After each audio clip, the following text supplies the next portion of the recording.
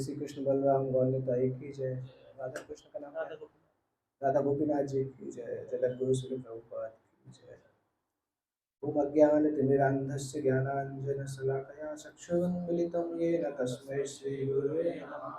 श्रीचैतन्यमनोभीष्टं स्थापितं येन भूतले स्वयं रूप कदा मह्यं ददाति स्वपदान्तिकं।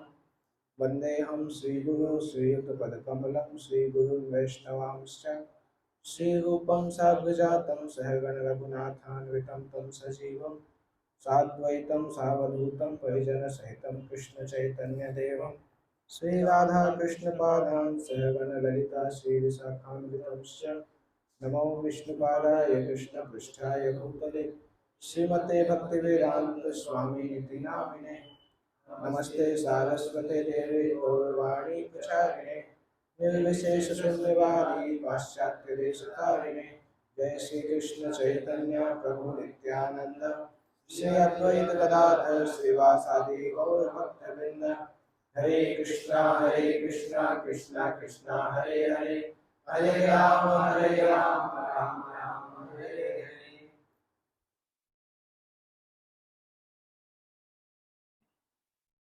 हरे कृष्ण।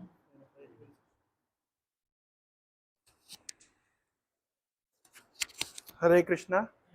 तो आज हम सभी का सौभाग्य है, हमारे बीच में है Shripad Vanshidhari Prabhu ji. Prabhu ji is born and bought up in Madhya Pradesh, और प्रभु जी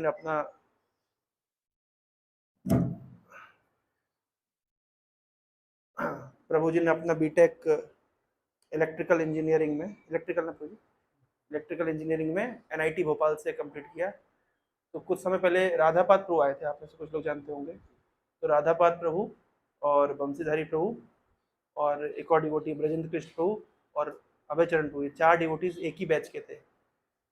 तो राधापाद प्रभु से आप लोग मिले ही हैं। तो तीन भक्तों की एक ब्रांच थी इलेक्ट्रिकल, और राधापाद प्रभु की सिविल इंजीनियरिंग। और प्रभु जी परम पूज्य भक्ति चारू महाराज के आदेश से गुजरात में जाकर के, बड़ौदा में जाकर के, वहाँ पे उन्होंने आईवाईएफ डायरेक्टर के रूप में कमान संभाली, और साथ साथ अभी वो टेम्पल के वाइस प्रेसिडेंट भी हैं। और ऑल ओवर गुजरात में जो प्रचार होता है, अलग अलग मंदिर जो प्रचार करते हैं, तो उनको मॉनिटर करते हैं प्रभु जी। वहाँ के रीजनल सेक्रेटरी असिस्टेंट भी हैं।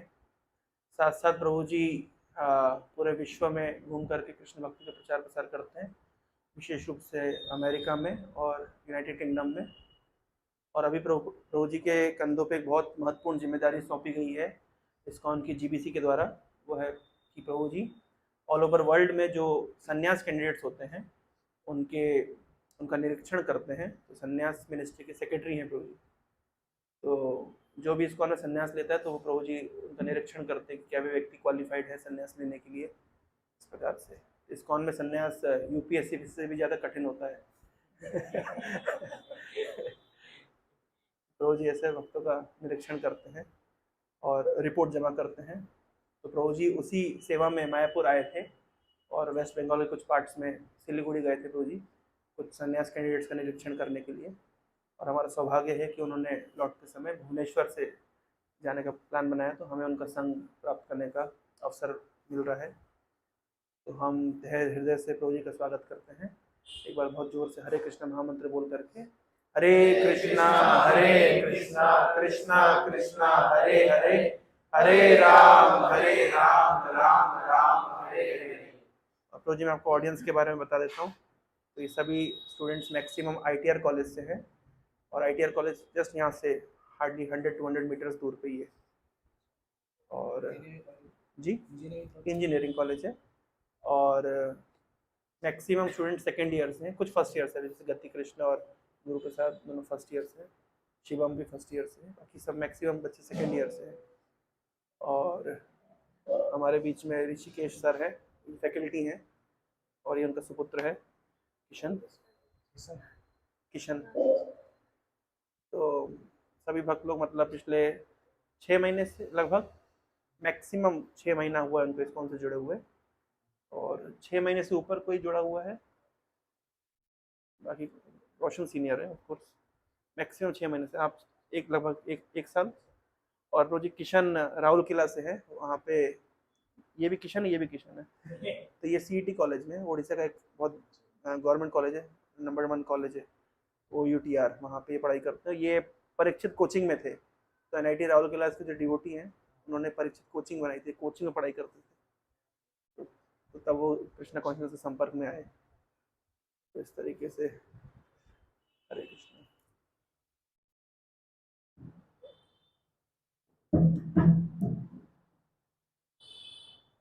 सभी लोग कौन कौन से स्टेट से हैं? कई लोग उड़ीसा से होंगे, उसके अलावा और कहाँ से हैं? वेस्ट बंगाल और बिहार और झारखंड, बिहार है। हाँ अच्छा एक्चुअली यहाँ पे झारखंड के बच्चे भी बहुत सारे अभी क्यों नहीं पता नहीं। लेकिन भक्ति पे महाराज जब आए थे बोले झारखंड के भक्त, मतलब झारखंड के भक्तों पर सबसे बड़ी चैतन्य प्रभु की कृपा है। बाकी जगह तो महाप्रभु मनुष्य को प्रचार किए, बाद जानवरों को प्रचार किए, इसलिए।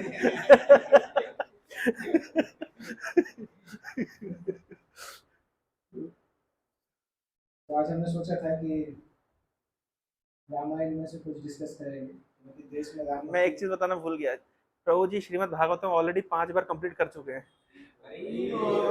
तो है ना, इसलिए कल प्रभु जी और रामायण प्रभु जी पढ़ रहे हैं। तो कल जब प्रभु जी ने रामायण के ऊपर प्रवचन दिया था तो मैं इतने इम्प्रेस, मैंने रिक्वेस्ट किया प्रभु जी से कि हम सब लोग सुनना चाहेंगे, इसलिए ये अर्जेंट क्लास रखी गई, मतलब जब भी प्रोग्राम तो कल था लेकिन हमने प्री समागम फेस्टिवल रख दिया।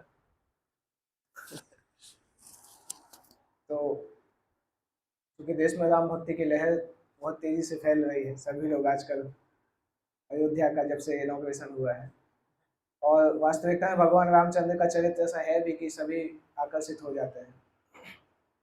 एक एक स्पेसिफिक क्वालिफिकेशन है भगवान रामचंद्र, क्वालिफिकेशन नहीं बोल सकते, कैरेक्टरिस्टिक्स बोल सकते हैं, कि जब आप नैतिकता के स्केल से उनके चरित्र को देखते हैं तो उस चरित्र को मापना आसान होता है, क्योंकि भगवान रामचंद्र मर्यादा पुरुषोत्तम के जैसे हैं। परंतु जब आप उस मोरालिटी के स्केल को लेकर कृष्ण को नापने का प्रयास करते हैं तो कृष्ण उस स्केल से बाहर निकल जाते हैं। तो इसलिए भगवान कृष्ण चूंकि लीला पुरुषोत्तम है, भगवान रामचंद्र मर्यादा पुरुषोत्तम है, इसलिए भगवान रामचंद्र को लोग उनकी लाइफ से बहुत रिलेट कर पाते हैं। इसलिए आप देखेंगे नॉर्थ इंडिया में भगवान रामचंद्र बहुत फेमस है, हर घर में लोग रामचरितमानस का अध्ययन करते हैं। विशेष रूप से मध्य प्रदेश, उत्तर प्रदेश, बिहार में भी बहुत फेमस है भगवान रामचंद्र। उनका चरित्र भी फेमस है, क्योंकि रामायण प्रारंभ ही ऐसे हुआ था कि किस प्रकार से वाल्मीकि मुनि ने पूछा था नारद जी से कि ऐसे कोई व्यक्ति का वर्णन बताइए जिसके अंदर ये गुण हो, ये गुण हो, चरित्र हो, शीलवान हो। तो नारद मुनि ने जब देखा, इतने सारे गुण सुने, तो नारद मुनि ने आंख बंद की, पहला शख्स उनके दिमाग में आया भगवान रामचंद्र। ने बोला इस संसार में और कोई व्यक्ति के अंदर ये गुण मिल ही नहीं सकते। और नारद मुनि कुछ देर के लिए समाधि में चले गए, भगवान राम का नाम स्मरण करने से वो समाधि में चले गए, इस दुनिया से मतलब दूसरे प्लेटफॉर्म पे चले गए। और कुछ देर शांत होने के बाद उन्होंने आँख खोली और रामायण को करीब 8-10 टोटल रामायण देखेंगे, आदि रामायण तो 100 श्लोक में सब कुछ बोल दिया उन्होंने लगभग। और उसके बाद फिर वाल्मीकि मुनि ने उन श्लोकों को लेके, उस लाइफ को लेके आगे रामायण लिखी। तो आज हम एक स्पेसिफिक एपिसोड पे जाएंगे फास्ट फॉरवर्ड करते हुए। हालांकि भगवान रामचंद्र का बालकांड ज़्यादा वाल्मीकि मुनि ने लिखा नहीं है, केवल 10 श्लोक है भगवान रामचंद्र के बालकांड, बाल लीलाओं के ऊपर। जैसे आप भगवान कृष्ण की बाल लीलाएं देखते हैं ना, तो चैप्टर है उसी के ऊपर। तो भगवान रामचंद्र की बाल लीलाएं के ऊपर उतना डिस्क्रिप्शन नहीं है, केवल एक डिस्क्रिप्शन है जब भगवान रामचंद्र ने एक वो जब खेल रहे थे और कीचड़ कीचड़ की बॉल बनाते थे बचपन में, एक कॉरिडोर में कीचड़ की बॉल थी, उसको तीर के ऊपर लगा के जो कैकई के साथ थी मंथरा की पीठ पे मार दिया था, और मंथरा की पीठ से टकराया और पूरा कीचड़ में डूब गई, और चारों भाई जोर जोर से हंसने लगे। और उस समय से मंथरा ने राम को ऐसी दृष्टि से देखा था कि ये मेरा शत्रु है, और वो शत्रुता उसने 20 साल बाद निकाली, 24 साल बाद, 24 नहीं, मतलब रामचंद्र 5 साल के थे उस समय, 19 साल बाद उसने वो शत्रुता निकाली, जो कि बचपन में भगवान रामचंद्र ने मजाक में किया था। तो हम फास्ट फॉरवर्ड करके जाएंगे। भगवान रामचंद्र की शादी हो चुकी है, शादी हुए 12 साल हो चुके हैं, और उसके बाद दशरथ जो थे, दशरथ के बाल सफ़ेद होने लगे हैं अभी। दशरथ ने अभी तक देखा नहीं था कि बाल सफ़ेद हो रहे हैं, और दशरथ को एक सपना कंटिन्यूसली आने लगा था। आपको पता है दशरथ का नाम दशरथ क्यों पड़ा? कोई जानता है स्टोरी? 10 दिशाओं में रथ को चला सकते थे, परंतु उसके पीछे स्टोरी क्या है? हाँ, आपको पता है। एक राक्षस था जो एक साथ 10 रूप धारण कर सकता था, तो देवताओं ने उनको बुलाया था। इनका नाम निमि था एक्चुअली। नेमि एक अलग राजा है जो कि सीता जी के वंश में थे। दशरथ का नाम निमि था। उनको देवताओं ने बोला था कि आप हमारी तरफ से युद्ध करिए, परंतु दशरथ यंग थे तो देवताओं का पूरा इंस्ट्रक्शन सुनना भूल गए। सर उसने बोला कि आप तैयार रहिएगा 10 राक्षसों से लड़ने के लिए। दशरथ ने सुना ही नहीं, उन्होंने सोचा मैं तो कितने से भी लड़ सकता हूँ, 10 की क्या बात है। और जब लड़ाई कर रहे थे, आगे से लड़ाई कर रहे थे, पीछे से तीर लगने लगे, तब उनको ध्यान आया, देखा तो पीछे भी वही राक्षस खड़ा है, और फिर देखा कि चारों तरफ 10 दिशा में वही पैदा हो गया है। तो फिर दशरथ लगातार फाइट किए, ऐसा लग रहा है ऐसे डांस कर रहे थे, 10 दिशाओं में तीर चला रहे थे। तो फाइनली उस राक्षस को मार दिया। तब देवताओं ने उनको नाम दिया था दशरथ, जो अपने रथ को 10 दिशाओं में चला सकते। तो दशरथ को जब भगवान रामचंद्र की शादी हुए 12 साल हो गए, और दशरथ को रात में अजीब से सपने आने चालू हुए। वो सपना एक यूनिक सपना जैसा था। एक बहुत राक्षस के जैसा व्यक्ति दशरथ के पीछे पीछे भागता था, और अयोध्या की गलियों में आधी रात में दशरथ भागते थे, पीछे पीछे वो व्यक्ति भागता था, और पूरी गली सन्नाटी रहती थी, कोई गली में नहीं रहता था। दशरथ सबके घर में ठोकर के मार के बोलते थे मुझे बचा लो, कोई नहीं सुनता था। और फाइनली हर बार जब वो राक्षस दशरथ को पकड़ के मारने वाला होता था, दशरथ की आंख खुल जाती थी। ये सपना महाराज दशरथ को लगातार आने लगा था, उसके कारण से उनकी नींद गायब होना चालू हो गई थी। और उस रात में भी जब सपना आया तो दशरथ एकाएक उठ के बैठ गए बिस्तर पे। वो तुरंत उनके जो नौकर थे वो सामने आ गए कि क्या हुआ महाराज। तो दशरथ ने सोचा अभी सोएंगे तो फिर से वो सपना आएगा, तो आधी रात जागते रहे। वो सोच रहे थे रात कैसे निकलेगी, परंतु उसी समय शीशा के सामने खड़े खड़े उन्होंने देखा कि उनके बाल सफेद होने लगे। और जैसे सूर्य का प्रकाश, ऐसे वाल्मीकि मुनि लिखते हैं, सूर्य का प्रकाश आने वाला था, तभी उनके मन में विचार आया कि सफेद बाल हो गए हैं, इससे अच्छा है कि मैं राज्य को छोड़ दूं, अभी राम को राज्य दे देना चाहिए।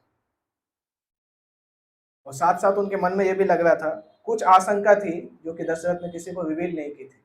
वो आशंका केवल राम और सुमंत और दशरथ के अलावा किसी को पता नहीं था। और दशरथ ने सोचा कि अभी हम तुरंत घोषणा करते हैं, राम का कोरोनेशन करेंगे, राम का राज्याभिषेक कर देंगे। तो उसी दिन उन्होंने बुलाया, उस दिन मतलब अपने मंत्री से डिस्कस किया, और एक दिन बाद या एक दो दिन बाद उन्होंने सभी को बुलाया, जितने भी अयोध्या के स्टेक होल्डर्स थे, और सबको बुला के उसमें इंटेंशनली उन्होंने कैकेयी के पिता को निमंत्रण नहीं भेजा। जब किसी ने पूछा कि आपने उनको क्यों नहीं बुलाया, तो दशरथ ने बहाना बनाया, मतलब दशरथ ने रीजन बताया कि वो बहुत दूर हैं तो जल्दी आ नहीं पाएंगे। परंतु उससे दूर दूर कई लोगों को निमंत्रण भेजा था, तो ये डाउट कई लोगों को था कि कैकेयी के पिता को क्यों निमंत्रण नहीं भेजा गया है। और जब दशरथ राज्य में आते हैं, दरबार में आते हैं, उस दिन एक्चुअली दशरथ को बहुत, हालांकि राज्याभिषेक के लिए उन्होंने मन बना लिया था, परंतु दशरथ के मन में आ रहा था, ये डाउट आ रहा था कि कुछ ना कुछ अनिष्ट होगा और राम का राज्याभिषेक नहीं हो पाएगा। उनके दिमाग में चल रहा था ये चीज, इसलिए वो राज्याभिषेक को जितना जल्दी हो सके करना चाहते थे, क्योंकि दशरथ के मन में था कि राम जो है वो ऑल ऑस्पिशियस हैं। अगर राम को मैंने सिंहासन पर बिठा दिया तो उसके बाद कोई अशुभ चीज नहीं हो सकती है, तो केवल उतने ही समय अशुभ है जितने समय में मैंने राम को सिंहासन पर नहीं बिठाया है। इसलिए वो सोच रहे थे कि आज के आज ही डिसीजन करना है, आज ही उसको बिठा देंगे। जिस दिन मीटिंग किया उसके अगले दिन ही राम को बिठाने का उन्होंने सोचा था, क्योंकि दशरथ की मानसिक स्थिति ऐसी थी कि कुछ बहुत ज्यादा अनिष्ट होने वाला है, और उस अनिष्ट को केवल तभी बचा सकते हैं जब राम को राजा बना देंगे। तो इसलिए उन्होंने तुरंत मीटिंग बुलाई, और मीटिंग में जाते समय भी उनको लग रहा था कि पता नहीं क्या होगा। उनको हमेशा से डाउट था कि मैं जो सोच रहा हूँ वो कर नहीं पाऊंगा। परंतु दशरथ का ऐसा एक्सपीरियंस था कि जब उनको ऐसा डाउट होता था, तो अयोध्या में एक मुख्य मंदिर था, रंगनाथ जी का मंदिर, जो अभी आप साउथ इंडिया में आपने देखा होगा, श्रीरंगम में भगवान रंगनाथ का मंदिर है। वो विग्रह इक्ष्वाकु वंश के विग्रह थे, ब्रह्मा जी ने इंद्र को दिए थे, वो विग्रह इंद्र ने इक्ष्वाकु को दिए थे। वो विग्रह किसके हैं? भगवान रामचंद्र के विग्रह है। तो एक समय था जब भगवान रामचंद्र ने अपने ही विग्रह की पूजा की थी, जब वो राजा थे अयोध्या के, तो रंगनाथ की पूजा करते थे। पूजा करने वाले भी भगवान रहते थे, पूजा लेने वाले भी भगवान रहते थे। भगवान रामचंद्र स्वयं की पूजा करते थे। तो वो विग्रह अयोध्या के मुख्य केंद्र बिंदु में मंदिर बनाया था दशरथ जी ने। उस मंदिर में जाते थे, जब भी दशरथ को संकट जैसा आता था तो उस मंदिर में जाते थे। तो वहां भी गए, भगवान का दर्शन किया रंगनाथ जी का, फिर कोर्ट में जाते हैं। और कोर्ट में सभी लोग सोच रहे थे कि पता नहीं क्या, मैं बीच बीच के कुछ डिटेल्स को खत्म कर रहा हूँ, क्योंकि 1 घंटे में चीज़ें ज़्यादा कवर करनी। जब राज दरबार में जाते हैं तो सभी लोगों के मन में ऐसी जिज्ञासा थी कि दशरथ ने एकाएक क्यों बुलाया है। और दशरथ ने भी बताना चालू किया कि मैंने अपने कंधे पे बहुत समय तक ये अयोध्या का राज्य उठा लिया है, और बहुत कुछ आप लोगों की सेवा की है, अभी मैं रिटायर होना चाहता हूँ, और मैं अपने पुत्र राम को सिंहासन पर बिठाना चाहता हूँ। जब लोगों ने ये सुना कि राम को सिंहासन पर बिठाना चाहते हैं, लोग इतने खुश हो गए, इतने जोर जोर से हंसने लगे और वो नगाड़े बजने लगे कि दशरथ को थोड़ा इनसिक्योरिटी हो गया। दशरथ को ऐसा लगा कि शायद ये लोग वेट कर रहे थे कि मैं कब रिटायर होऊंगा और राम कब राजा बनेगा। दशरथ ने पूछा भी कि आप लोग इतने खुश हो, ऐसा लगता है जैसे आप मुझसे परेशान थे, मैं रिटायर हो रहा हूँ इसलिए आप लोग खुश हो रहे हैं। तब दशरथ ने फील किया कि जिस राम के लिए वो इतना प्रेम करते थे, इन लोगों के एक्सप्रेशन के कारण उनको ये लगा कि राम शायद मैं तो बिल्कुल क्वालिफाइड नहीं, राम ही ज्यादा क्वालिफाइड है। परंतु वशिष्ठ मुनि ने उठ के बताया कि नहीं राजा, आपकी कोई गलती नहीं है, आप आइडियल राजा जैसे हैं, आपकी केवल एक ही गलती है कि राम आपका पुत्र है जो इतना ज्यादा क्वालिफाइड है। जब हम राम का चेहरा देखते हैं तो हमें लगता है कि हमें रूल करने के लिए इससे उपयुक्त व्यक्ति हो ही नहीं सकता है पूरे संसार में। और फिर वशिष्ठ मुनि राम का ग्लोरिफिकेशन करते हैं। राम का एक गुण बहुत फेमस था कि राम को अयोध्या में हर घर के लोग जानते थे, क्योंकि हर घर में जाके राम ने भोजन किया हुआ था। वो घूमने जाते थे और किसी के भी घर को खटखटा के अंदर चले जाते थे, और जो भोजन रहता था साथ में बैठ के खाते थे। उस कारण से राम ग्रास रूट पे बहुत कनेक्टेड थे। आपने देखा नरेंद्र मोदी जी भी यही काम करते हैं, कहीं जाके पूरी खा के आते हैं। चाय, राम जी चाय नहीं पीते थे पर वो उसका भगवान राम का कनेक्शन बहुत अच्छा था अयोध्या के हर व्यक्ति के साथ। तो जब वशिष्ठ ने इस प्रकार से कारण बताया तो दशरथ को लगा कि नहीं, मैंने कम से कम ठीक राज्य किया। नहीं तो सोचे थे ये लोग मुझसे परेशान थे और एकदम खुश हो गए कि मैं रिटायर होना चाहता हूँ, इसलिए खुश हो गए। तो तुरंत उन्होंने वशिष्ठ मुनि से बोला कि आप सही मुहूर्त निकालिए और हम इसको स्टार्ट करेंगे। तुरंत तैयारियां चालू हो गई, इनविटेशन भेज दिए गए। और दशरथ ने अभी तक राम को बताया नहीं था, वहां से आने के बाद राम को बुलाया और राम को बुला के, हालांकि दशरथ जब उनके मन में हमेशा ये चल रहा था कि कुछ ना कुछ अनिष्ट होने वाला है, और जैसे ही राम उनके कमरे में आए तो राम को देख के उनका पूरा शांति, उनके चेहरे में शांति आ गया। और दशरथ अपने आप से ही प्रश्न करते हैं कि मैं इस बच्चे को हर दिन देखता हूँ, परंतु जब भी देखता हूँ ऐसा लगता है कि इसकी सुंदरता कल की सुंदरता से ज्यादा है। कल राम जितने सुंदर थे उससे ज्यादा सुंदर अभी हो गए। दशरथ सोचते थे मैं पता नहीं कब इनकी सुंदरता को ग्रस्त कर पाऊंगा। और जब राम उनके सामने होते थे तो आंखें हटाने की इच्छा नहीं होती थी। दशरथ बोलते थे कि ये आंखों की पलकें नहीं होनी चाहिए थी, मैं लगातार राम को देखना चाहता हूँ। तो राम आए और दशरथ ने उनको आदेश दिया कि अभी आपका कल राज्य अभिषेक होने वाला है। राम ने बोला भी कि एक्चुअली भरत को आ जाने दीजिए, परंतु दशरथ ने कुछ सुना नहीं। जाते जाते दशरथ ने, जब राम जा रहे थे रूम से बाहर, तब जाते जाते दशरथ ने एक चीज उनके मुंह से निकल गई। राम ने उसको पूछा भी, दशरथ के मुंह से एकाएक निकल गया कि जल्दी करना होगा, नहीं तो कैकेयी के पिता आ जाएंगे और काम खराब हो जाएगा। राम ने बोला इसका क्या मतलब है? दशरथ ने कुछ एक्सप्लेन नहीं किया, बोला कुछ नहीं है, तुम ऐसे ही बोल रहा था, चले जाओ। तो उसके पीछे कारण क्या था, क्योंकि हम स्टोरी में वहां तक पहुंच नहीं पाएंगे। ये कारण भगवान रामचंद्र बताते हैं जब भरत उनसे मिलने जाते चित्रकूट में। क्योंकि जब तीनों रानियों में से किसी के में पुत्र की प्राप्ति नहीं हो रही थी, दोनों रानियों, दशरथ की कितनी रानियां थी? 350 रानियां, 350 अर्ध सप्त शतम, 750 रामायण में आता है। सप्त शतम मतलब 700, अर्ध सप्त शतम मतलब 350।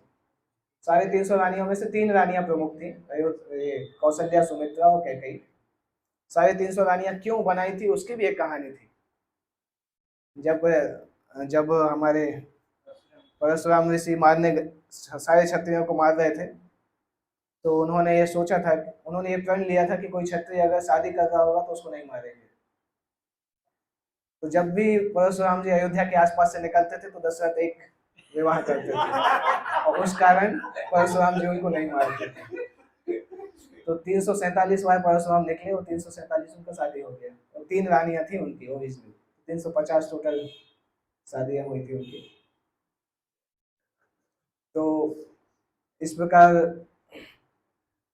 तो क्या कारण था जब कैकेयी की शादी नहीं हुई थी और दशरथ के कोई पुत्र नहीं थे, कोई पुत्र प्राप्ति नहीं हुई थी, तो जब कैकेयी के विवाह के लिए कैकेयी के पिता के पास गए थे, तब दशरथ ने कैकेयी के पिता को प्रॉमिस किया था कि कैकेयी का जो पुत्र बनेगा उसको मैं राजा बनाऊंगा। ये हुआ था जब किसी को पता नहीं था कि राम का जन्म होगा भी कि नहीं होगा, मतलब वहां कोई नहीं जानता था। तब उन्होंने कैकेयी के पिता को ये प्रॉमिस दिया था कि इसके पुत्र को मैं राजा बनाऊंगा। और इंसिडेंटली ऐसा हुआ कि राम का जन्म पहले हो गया, भरत का जन्म बाद में हुआ। तो दशरथ को ये लगता था कि कहीं वो पिता ऑब्जेक्ट नहीं करे, इसलिए उनको इनविटेशन भी नहीं दिया था। क्योंकि बोलते थे राज्याभिषेक हो जाएगा उसके बाद कोई कुछ नहीं बोल सकता है, पर राज्याभिषेक के पहले कोई कुछ बोल सकता है। और यही बात भगवान राम ने भरत को बोली थी, जब भरत ने बोला था कि आप वहां पे बैठना आपका अधिकार था, परंतु आपको हटा के मुझे डाला गया। तो राम ने बोला मेरा अधिकार नहीं था कभी भी, हमारे जन्म के पहले ही हमारे पिता ने आपके आपकी कैकई के पिता को प्रॉमिस दे के रखा था। और ये स्टोरी ना तो कैकई को पता थी, किसी को पता नहीं थी, केवल सुमंत को पता थी। और सुमंत को ये भी नहीं पता था राम को कैसे पता है। जब राम ने ये स्टोरी बताई तो सुमंत समझ गए कि राम भगवान है एक्चुअली, क्योंकि ये स्टोरी दशरथ और मेरे अलावा किसी को पता ही नहीं है, क्योंकि सुमंत और दशरथ के अलावा कोई वशिष्ठ भी नहीं जानते थे, कैकई भी नहीं जानते थे। तो दशरथ ने इस प्रकार से बोला और राम को आंसर नहीं मिला, राम चले गए उस समय। और फिर उसी दिन फिर शाम को ये पूरा दिन हो गया, रात में दशरथ सोने का प्रयास कर रहे थे, परंतु उनकी एक्चुअली नींद नहीं आती थी उसी सपने के कारण लगातार। तो जब नींद नहीं आती है और नेचुरली वो दशरथ सबसे ज्यादा प्रेम करते थे कैकई को, तो जब भी उनके जिंदगी में कुछ मेजर समस्या होती थी कैकई के पास जाते थे। अभी यहाँ पे राम के पास न्यूज आई, पर राम ने राजा बनने का जो दायित्व था वो इस प्रकार से नहीं लिया, ये नहीं सोचा कि अभी बहुत एंजॉयमेंट करने मिलेगा, परंतु राम ने उसको एक सेवा के जैसा लिया। उस समय राम ने इंटरनली ऐसा सोचा कि मैं इसके लिए क्वालिफाइड नहीं हूँ, तो मुझे अपने आप को प्रिपेयर करना चाहिए। तो तुरंत अपने महल में गए और सीता और राम पूरी रात भर जग के यज्ञ किए और तपस्या किए। कि भगवान राम ने सीता देवी से बोला, दोनों का कन्वर्सेशन आता है उसमें, बहुत बोला कि आज के बाद से हमारा जीवन हमारा पर्सनल जीवन नहीं है, हम लोगों की लाइफ जो है वो पब्लिक लाइफ है। तो अयोध्या के लोगों के लिए हम जिएंगे और अपना जो भी होगा वो सेक्रीफाइस हम अयोध्या के लोगों के लिए करेंगे। दोनों ने मिलकर शपथ लिया था, भगवान रामचंद्र ने और सीता जी ने। और जैसे ये न्यूज़ पता चलती है, अयोध्या को पूरा सजाया जाता है। अयोध्या का मतलब आपको पता है क्या होता है? अयोध्या मतलब ऐसी सिटी जिसको युद्ध में जीता नहीं जा सकता है। अयोध्या का जो वर्णन आता है, अयोध्या बहुत बड़ी सिटी थी। मुंबई कितना 90 किलोमीटर में है ना, 60-70-80 किलोमीटर में मुंबई सिटी है। अयोध्या का वर्णन आता है करीब 120 मील लंबी सिटी थी और 160 मील चौड़ी सिटी थी। कोई भारत की सिटी इतनी बड़ी नहीं है। और इस प्रकार से उसको बनाया गया था कि बाहर से कोई इसको हरा नहीं सकता, अयोध्या को पेनिट्रेट नहीं किया जा सकता था। देवता लोग भी मिलकर उस सिटी को पेनिट्रेट नहीं कर सकते थे, इस प्रकार से डिजाइन की गई थी उस सिटी को। तो प्रैक्टिकली अगर कोई अंदर से ही उस कुछ करेगा तो उस सिटी में हराया जा सकता था, अदरवाइज बाहर से आक्रमण से उस सिटी को हराया नहीं जा सकता था। इसलिए उसका नाम अयोध्या दिया गया था कि युद्ध में उस पर विजय नहीं प्राप्त की जा सकती। तो पूरे अयोध्या को जब सजाया जाने लगा और सभी लोग खुश थे, कौशल्या लगातार दान दे रही थी, क्योंकि देखा जाए तो जब कोई व्यक्ति एक जगह ज्यादा प्रेम करता है तो बाकी लोग नेग्लेक्ट फील करते हैं। तो जब कैकई को भगवान दशरथ बहुत ध्यान देते थे तो कौशल्या को नेग्लेक्ट फील होता था, और कैकई उनकी फेवरेट रानी थी।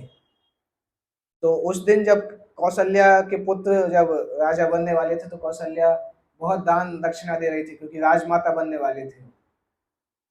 और ये सीन मंथरा ने जब देखा तो मंथरा को सहन नहीं हुआ, क्योंकि मंथरा को हमेशा ऐसा लगता था कि कौशल्या को वाइफ्स हैं, सौतेली है। और फिर वो एपिसोड आप जानते हैं, मंथरा ने किस प्रकार से कैकई को पॉइजन किया, जहर उनको दिया, जहर मतलब उनके दिमाग में जहर भरा, और फिर कैकई ने वो कार्य किया। तो जब भगवान रामचंद्र के पास ये बात आई, ठीक है वो सब इंसिडेंट हो गया, उसमें मैं नहीं जा रहा हूँ, कोप ग्रह में जाना वो सब। और दशरथ इस अवस्था में थे कि उठ भी नहीं पा रहे थे।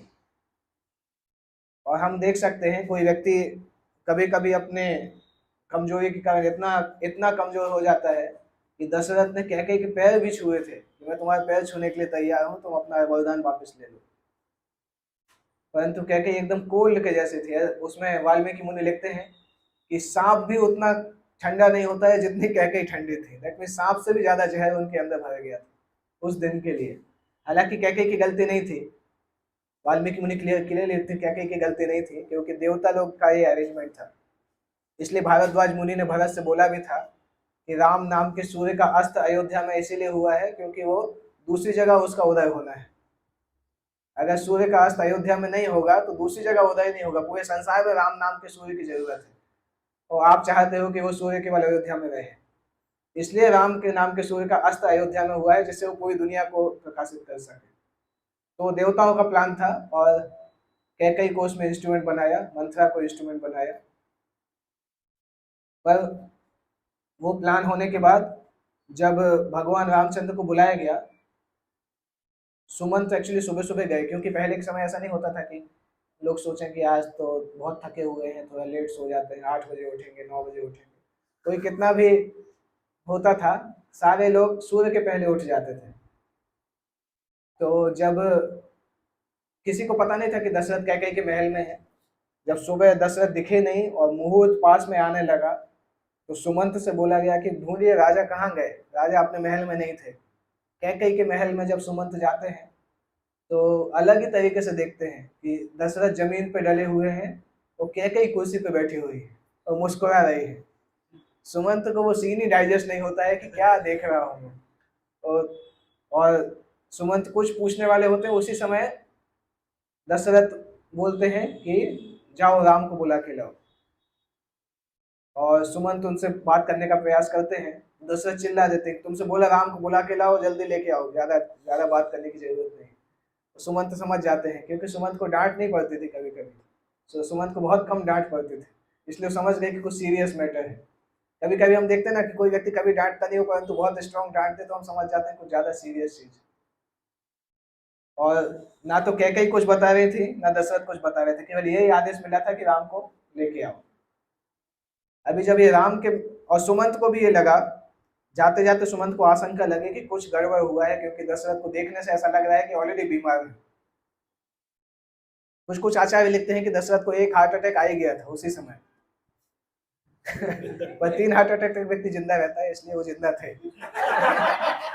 तो उस फर्श पे लेटे हुए थे और सुमंत जब दशरथ के वो कैकेयी के महल से राम के महल तक जाते हैं, और सुमंत के मन के विचार आते हैं, बोले थे कि इसके पहले मैं कई बार इस महल को पार किया हूँ और हर बार ऐसा होता है कि मैं दुनिया में जो भी समस्या लेके जाता हूँ, जैसे ही राम के महल के अंदर जाता हूँ समस्या गायब हो जाती है, मेरा चेतना एकदम शुद्ध हो जाता है, एकदम शांति मिल जाती है। तो सुमंत उसी फीलिंग के साथ राम के उसमें गए, राम के महल में। उस समय रामचंद्र जी और लक्ष्मण और सीता वहाँ पे थे और इनका यज्ञ तुरंत पूर्ण हुआ था, क्योंकि पूरी रात जागे थे और मॉर्निंग का टाइम था ये। तो राम तैयारी करने वाले थे राज्याभिषेक के लिए आने के लिए, और तुरंत तो सुमंत को देख के सभी खड़े हो गए। हालांकि सुमंत जो थे वो जैसे विदुर थे महाभारत में, उसी तरह से सुमंत थे, मतलब रिलेटिव नहीं थे, परंतु सुमंत इतने समय से उस सूर्यवंश की सेवा में थे कि लोग उनको घर का मेंबर मानते थे। तो रामचंद्र जी और जो बच्चे लोग थे वो भी उनको चाचा के जैसा देखते थे। तो तुरंत सभी लोग खड़े हो गए और सुमंत ने केवल एक आदेश दिया कि राजा आपको बुला रहे हैं। भगवान राम समझ गए कि आदेश क्या था, पर उस चूंकि वो ड्रामा जैसा चल रहा था तो भगवान ने रिवील नहीं किया। भगवान ने सीता से बोला शायद पिताजी को मेरे लिए बहुत कुछ इंपॉर्टेंट आदेश है, इसलिए उन्होंने एकाएक बुलाया है। और लक्ष्मण साथ में जा रहे थे। सीता जी अपने महल के गेट तक आई और उस समय सुमंत ने देखा और राम और सीता के बीच में आंखों ही आंखों में कुछ संवाद हुआ, और भगवान राम ने एक इमेजिनरी फूलों की माला अपने हाथ से सीता जी के गले में पहनाई, मतलब हाथ से इशारा किया कि जैसे माला पहना रहे हैं। सुमंत को समझ में नहीं आया, पर वेदांत देशी का एक आचार्य है, उनके शिष्य थे गोविंद राज, जिन्होंने रामायण पे कमेंट्री लिखा है, तो उन्होंने उस पूरी घटना को एनालाइज किया। उसके द्वारा भगवान रामचंद्र सीता को बता रहे थे कि आज के बाद से मैं आपको जंगली फूलों की माला के अलावा और कुछ नहीं पहना पाऊंगा, क्योंकि मेरे पास भी कुछ नहीं रहने वाला है।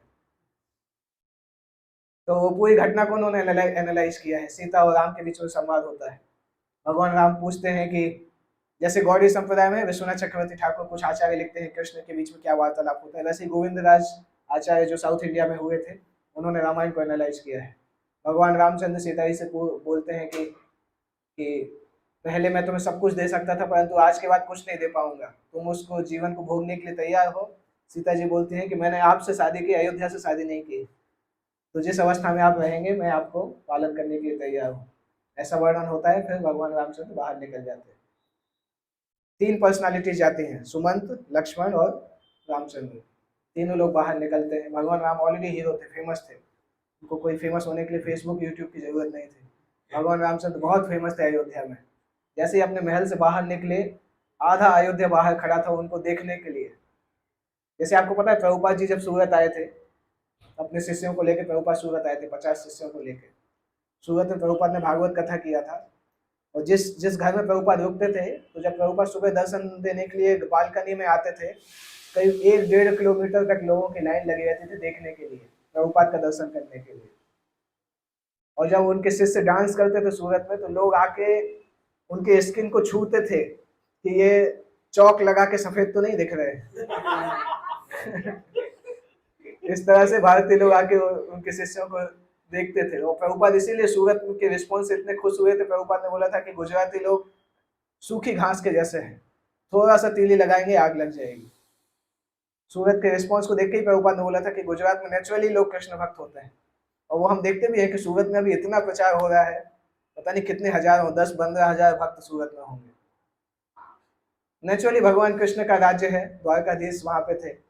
तो और महात्मा गांधी की कृपा से गुजरात जो है वो ड्राई स्टेट भी है। महात्मा गांधी उसने के समय से वो चीज़ है कि वहाँ पे शराब खुलेआम नहीं बिकती है। शराब की दुकानें आपको बाहर नहीं दिखाई देंगी, अंदर तो सब चलता है पर रोड पे नहीं दिखाई देंगी। तो उस कारण से कल्चर अभी भी वहाँ पे अच्छा है। तो ये तीनों लोग भगवान अपने उससे निकले, अपने महल से निकले और अपने महल से दशरथ के महल तक जा रहे थे। भगवान रामचंद्र का एक अलग वो था रथ। पहले के समय में सबको अलग अलग अलॉटेड रथ होते थे। तो सुमंत तो सोच रहे थे कि आज ये रथ भगवान लास्ट टाइम यूज कर रहे हैं, क्योंकि इसके बाद तो ये राजा वाला रथ यूज करने वाले हैं। तो इस तरह से जाते जाते वो जब कैकेयी के महल के अंदर गए, और कैकेयी के महल के अंदर जाके भगवान रामचंद्र ने जब देखा, एक्चुअली दशरथ और सुमंत अंदर तक गए थे, बाकी लोग गेट के बाहर थे। और दशरथ नहीं, लक्ष्मण, और लक्ष्मण भी चूंकि गुस्सा वाले थे तो भगवान उनको सबसे अंदर तक नहीं ले गए थे। उनको पता था कि अगर इसका दिमाग खराब हो गया कैकेयी को वही मारना चालू कर। इसलिए लक्ष्मण को भगवान उस कमरे से बाहर रख के लाए थे, वो परमिशन नहीं दिया था कि कमरे के अंदर घुसना। तो लक्ष्मण को सुनाई दे रहा था, कुछ कुछ सुनाई दे रहा था, परंतु लक्ष्मण को रिस्पॉन्स देने की परमिशन नहीं थी। सुमंत को अंदर ले गए थे, तो जानते थे कि लक्ष्मण हैंडल नहीं कर पाएंगे जो भी चीज है।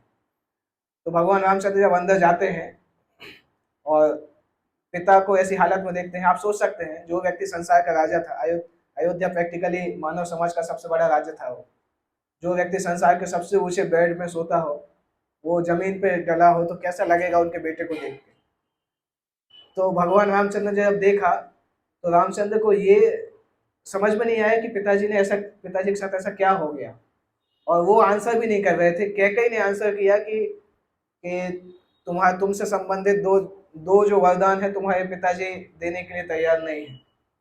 तो राम को ये दुख नहीं हुआ कि वरदान क्या है, राम को ये दुख हुआ कि मेरे पिताजी ने मुझे इतना क्वालिफाइड भी नहीं समझा, मेरे ऊपर इतना विश्वास नहीं रखा कि उनको लगा कि मैं उनकी बात नहीं मानूंगा। उनको ये ज्यादा दुख हुआ। तो भगवान राम ने कैकेयी से बोला कि आपको पिताजी को बोलने की जरूरत क्या थी, आप मुझे ही बुलाते, जो बोलना है मैं तैयार हूँ उसके लिए, पिताजी को दुख देने की जरूरत क्या है। और दशरथ से ये बोला कि मुझे लगता है कि मैंने आपकी जितनी भक्ति की वो सारी भक्ति यूजलेस थी, क्योंकि आपको मेरे ऊपर इतना ही विश्वास नहीं कि मैं आपके वचन को पालन करूंगा। बाकी जब उनको पता चला कि जंगल जाना है और राज्य नहीं मिलना है, उससे राम को कुछ फर्क नहीं पड़ा, क्योंकि राम ने एक्चुअली उसमें वाल्मीकि मुनि लिखते भी हैं कि जब भगवान रामचंद्र को राज्य मिला तो भी उन्होंने राज्य से ऐसी आशा नहीं की कि मुझे बहुत बड़ा राज्य मिल रहा है, इसलिए उनको छोड़ना भी बहुत आसान रहा। तो कभी जिंदगी में अगर कोई ऐसी अनएक्सपेक्टेड चीज आती है, नेगेटिव चीज, तो जितना हम पहले जो फैसिलिटी उससे जितना आसक्त रहते हैं उतना ही ज़्यादा दुख होगा जब नेगेटिव चीज़ आएगी। तो जितना एक्सपेक्टेशन होता है उतना ही फ्रस्ट्रेशन होता है। Expectation leads to frustration. Simple आपके बेस का एग्जाम्पल देख के बता सकता हूँ। सपोज आप लोग कोई प्रोग्राम के लिए गए, रात में लेट आने वाले हैं, आपको पता है कि पता नहीं कुछ खाने के लिए मिलेगा कि नहीं मिलेगा, हो सकता है पानी पी के ही सोना पड़े। और जब आप आए और आपके बेस में दूसरे भक्त आपको बोले प्रभु जी आपके लिए मैंने खिचड़ी निकाल के रखा है, तो कितने खुश होंगे। कुछ खाने के लिए मिलने वाला नहीं था, एटलीस्ट खिचड़ी मिल गया, बहुत खुश होंगे, धन्यवाद देंगे। उसी तरफ आपको पता है कि बेस में फीस्ट बना था और आप आए और कोई बोले कि प्रभु जी फीस्ट खत्म हो गया था, आपके लिए खिचड़ी रखा है, तो आप उसको धन्यवाद नहीं बोलेंगे, आप उसको चिल्लाएंगे। अरे खिचड़ी भी सेम है, परिस्थिति भी सेम है, परंतु आपका रिस्पॉन्स बदल गया क्योंकि आपका एक्सपेक्टेशन अलग था। पहले आप एक्सपेक्ट कर रहे थे कुछ मिलने वाला नहीं इसलिए खिचड़ी मिल गया, तो आपको कृतज्ञता हुई। अभी आप एक्सपेक्ट कर रहे थे कि फीस्ट मिलने वाला और खिचड़ी मिला, तो आपको दर्द हुआ। तो क्या किस चीज के कारण दर्द हुआ? एक्सपेक्टेशन के कारण दर्द हुआ। इसलिए भौतिक संसार में अगर हम ज्यादा आशा नहीं करेंगे तो संतुष्ट रहेंगे। कहाँ पे? भागवतम में श्लोक आता है ना, आशा ही परमम दुखम नैराश्यम परमम सुखम। इसमें भागवतम में ही आता है कहीं कि आशा जो है वो दुख का कारण है, और अगर आशा नहीं करें तो सुख का कारण है। व्यक्ति कृतज्ञ रहता है।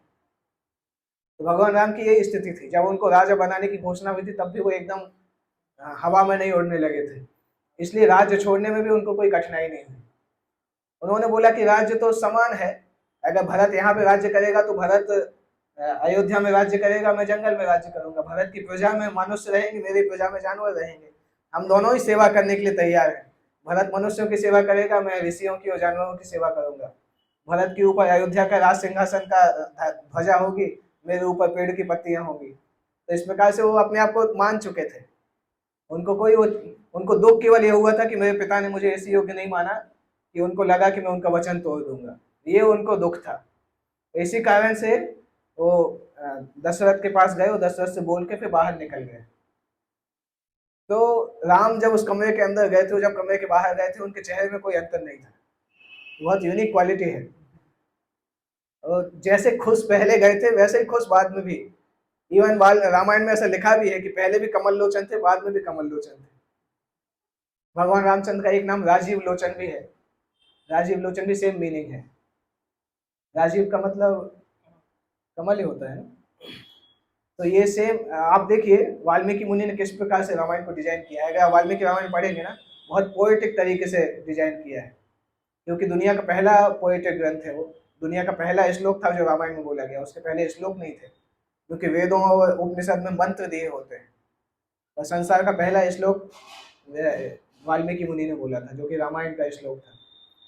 तो राजीव लोचन शब्द यूज किया जाता है रामायण में, 2-3 जगह पे यूज किया जाता है। जब विश्वामित्र इनके पास आते हैं, राम के पिता दशरथ के पास आते हैं राम और लक्ष्मण को मांगने के लिए, तो विश्वामित्र राजीव लोचन शब्द का यूज करते हैं और दशरथ भी राजीव लोचन शब्द का यूज करते हैं, पर दोनों अलग अलग मीनिंग में यूज करते हैं। दशरथ बोलते हैं कि मेरा बेटे का नाम राजीव लोचन है, जैसे कमल की पंखुड़ी बंद हो जाती है सूरज के डूबने के साथ, वैसे मेरे बच्चे की आंखें बंद हो जाती हैं, नींद आने लगती है उसकी। जैसे सूरज डूबता है तो उसको नींद आने लगती है। वो 6 दिन आपके यज्ञ को कैसे संभालेगा? वो तो सो जाएगा, सूरज डूबते ही साथ सो जाएगा, तो उसको आप ले जाके क्या करोगे? तो दशरथ इस प्रकार से बोलते हैं, वो राजीव लोचन है, उसको मत ले जाइए। तो और विश्वामित्र उसी राजीव लोचन शब्द का बोलते हैं कि जैसे कमल जो है वो सूर्य से आकर्षित होता है, उसी प्रकार से आपका बच्चे के नेत्र में सूर्य का समान शक्ति है। तो आपका बच्चा चाहे तो अपने नेत्र से ही हमारे यज्ञ की रक्षा कर सकता है। तो दोनों लोग राजीव लोचन यूज करते हैं, परंतु दोनों अलग अलग मीनिंग निकालते हैं। तो भगवान जिस प्रसन्नता से कैकेयी के महल के अंदर गए थे, उतनी प्रसन्नता से निकले। और बाहर जब निकल रहे थे तो भगवान ने लक्ष्मण की तरफ देखा नहीं। लक्ष्मण एक्सपेक्ट कर रहे थे कि भगवान उनकी आंखों से आंख मिलाएंगे, परंतु भगवान रामचंद्र ने लक्ष्मण को देखा ही नहीं, सीधे निकल गए, क्योंकि उनको पता था कि देखेंगे तो ये गुस्सा करना चालू करेगा। और भगवान रामचंद्र ने इस प्रकार से किया कि लक्ष्मण शायद एग्जिस्ट ही नहीं करते, बगल से निकल गए और लक्ष्मण कंफ्यूज हो गए कि भगवान ने कुछ बोला ही नहीं, वो पीछे पीछे चलने लगे बिना कुछ बोले। और जब आए थे तो उनके ऊपर वो था, राजा के ऊपर वो छतरी जैसा लगा के चलते हैं ना, और लक्ष्मण के साथ एक और व्यक्ति था, वो पंखा भी कर रहे थे। और जब बाहर निकले तो भगवान राम ने मना किया, इस सब की जरूरत नहीं है। जब महल के कमरे से बाहर निकले तो अभी रामचंद्र उसी तरह से उतने ही खुश दिख रहे हैं, बगल में 2 लोग चल रहे, दोनों रो रहे हैं, दोनों की आंखों से आंसू आ रहे हैं। अब महल के बाहर जब आए, सपोज 1.5-2 लाख रुपए, 1.5-2 लाख लोग देख रहे थे बाहर, तो जब राम के चेहरे को देखा तो किसी को समझ में नहीं आया कि क्या हुआ अंदर, क्योंकि राम खुश है और बाकी दोनों रो रहे हैं। तो अयोध्या के लोग भी कंफ्यूज हो गए कि अंदर हुआ क्या है, क्योंकि अगर कुछ गलत हुआ तो राम के चेहरे से दिखना चाहिए, परंतु नहीं दिख रहा है, पर इन दोनों के चेहरे से दिख रहा है कि कुछ गलत हुआ है। तो लोग कंफ्यूज हो गए, और कुछ लोग सोच रहे हैं कुछ गलत हुआ, कुछ सोच रहे हैं नहीं नहीं कुछ नहीं हुआ, सब बात कर रहे हैं। उसी बीच में भगवान रामचंद्र जहाँ पे राज्याभिषेक का सामान रखा था, उस सामान को, सामान्यतः ऐसा नियम होता है कि अगर आप राज्याभिषेक को स्वीकार करेंगे तो क्लॉकवाइज 3 परिक्रमा करेंगे, मतलब स्वीकार कर लिया। तो भगवान रामचंद्र ने एंटी क्लॉकवाइज उसकी परिक्रमा किया और चले गए। तो उससे लोगों को समझ में आया कि इन्होंने राज्य का त्याग कर दिया है, पर ये कारण नहीं पता था क्यों त्याग किया है, क्योंकि राम से पूछने की किसी की हिम्मत नहीं थी, और राम इतने खुश थे कि लोगों को समझ में नहीं आ रहा था कि पूछना चाहिए कि क्या है।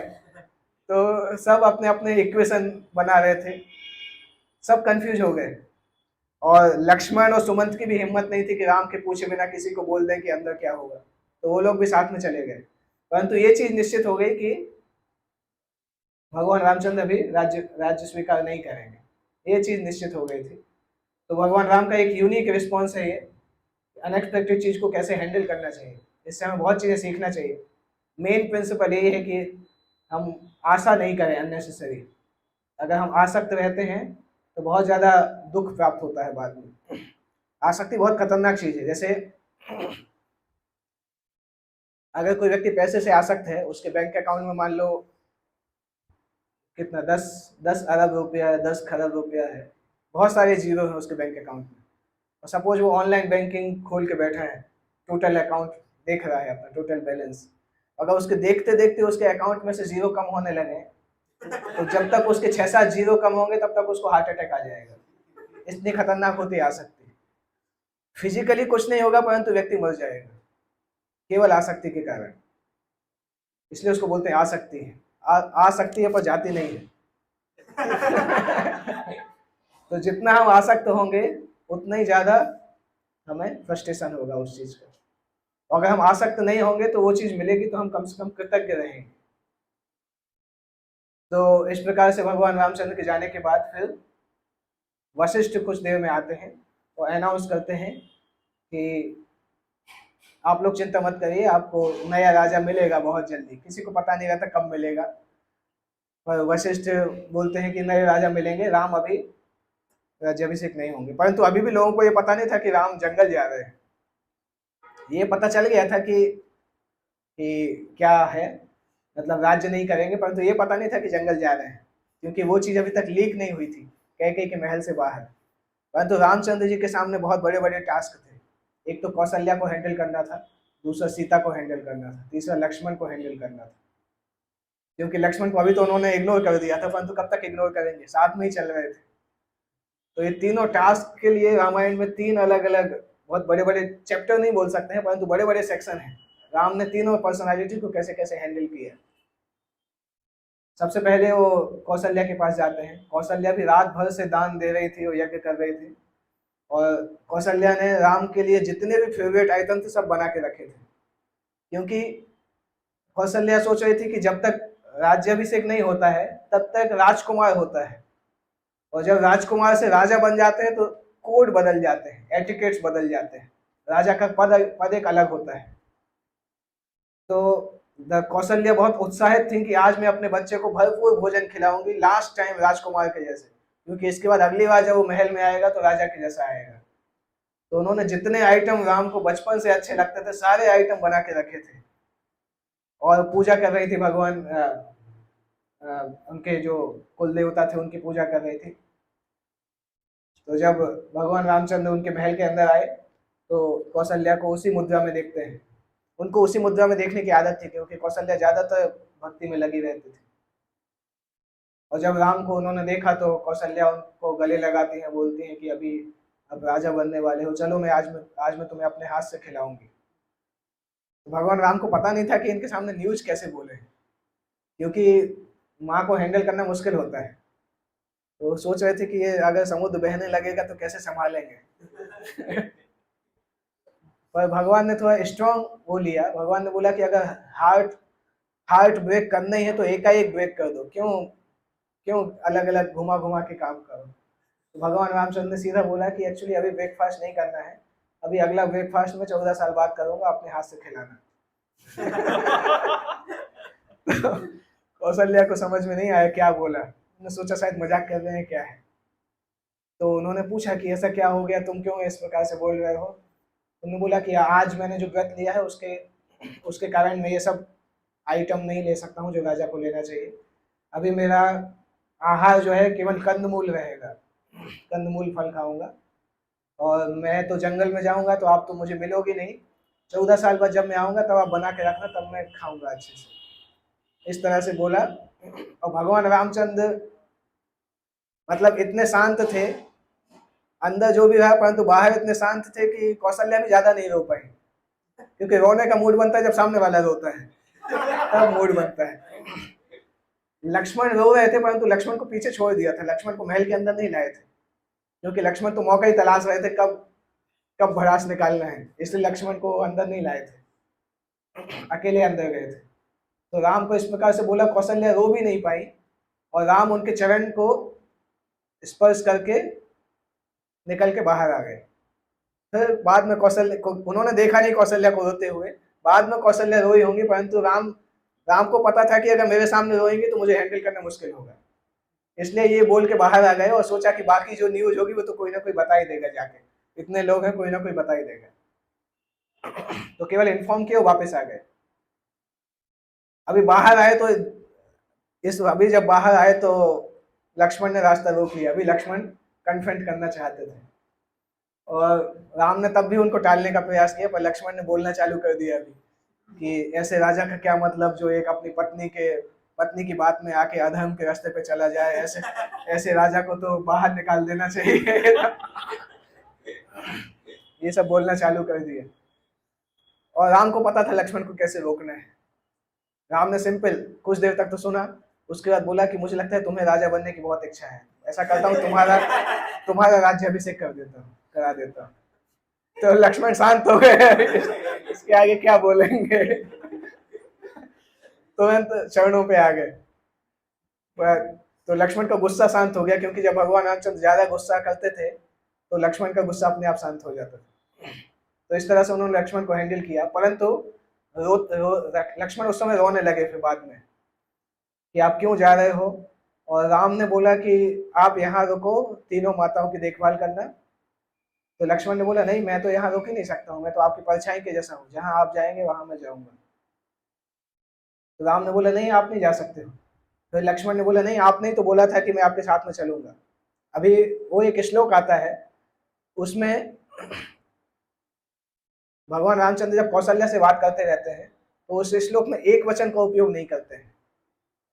लक्ष्मण ने वो श्लोक सुना था जब कौशल्या से बात हो रही थी, वो श्लोक है भी ऐसा, उसमें राम इस प्रकार से बोलते हैं कि हम जा रहे हैं, ये नहीं बोलते हैं मैं जा रहा हूँ।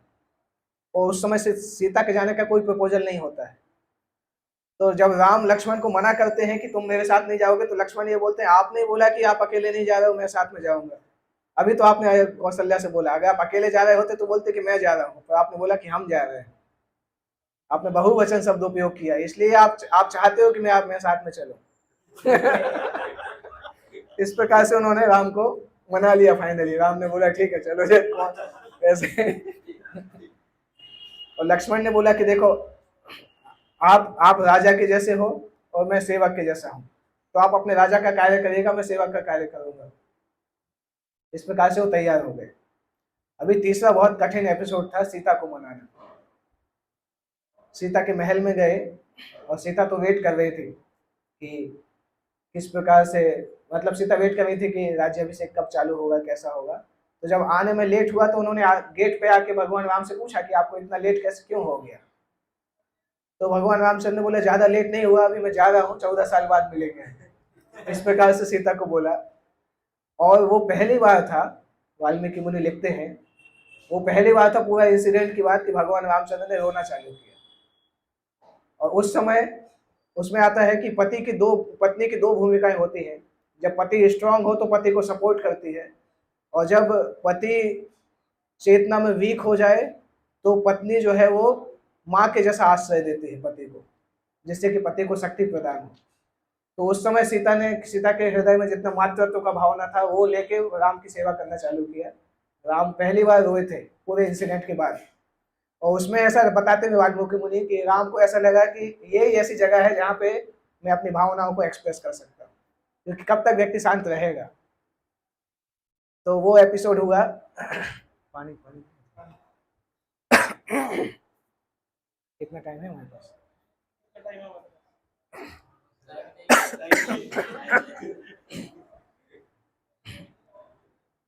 तो तो भगवान रामचंद्र ने जब सीता से बोला कि मैं जा रहा हूँ, आप यहाँ पे रहिएगा, और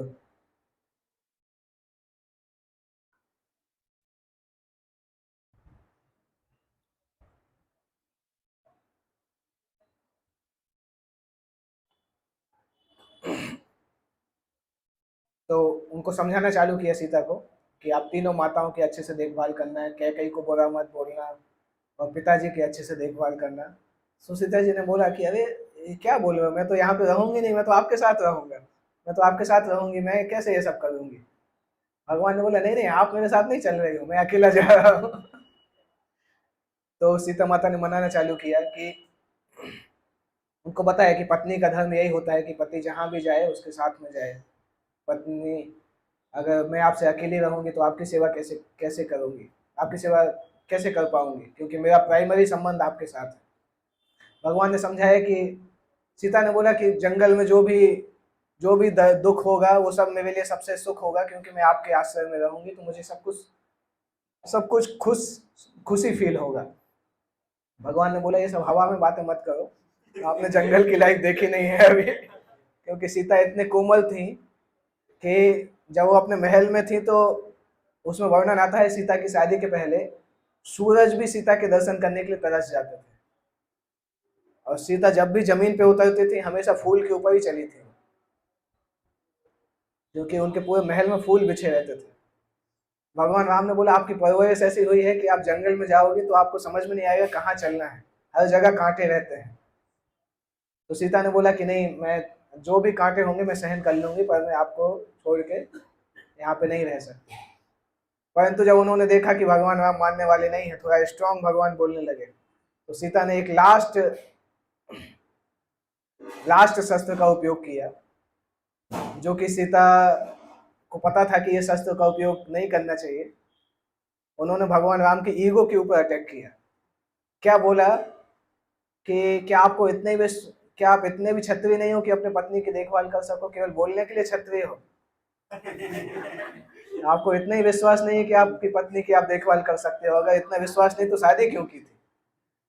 इस प्रकार से बोला। और ये बोलते समय भी सीता को दुख हुआ कि मैंने जिसकी मैं हमेशा पूजा करती हूँ उसको मैंने ऐसा बोला है।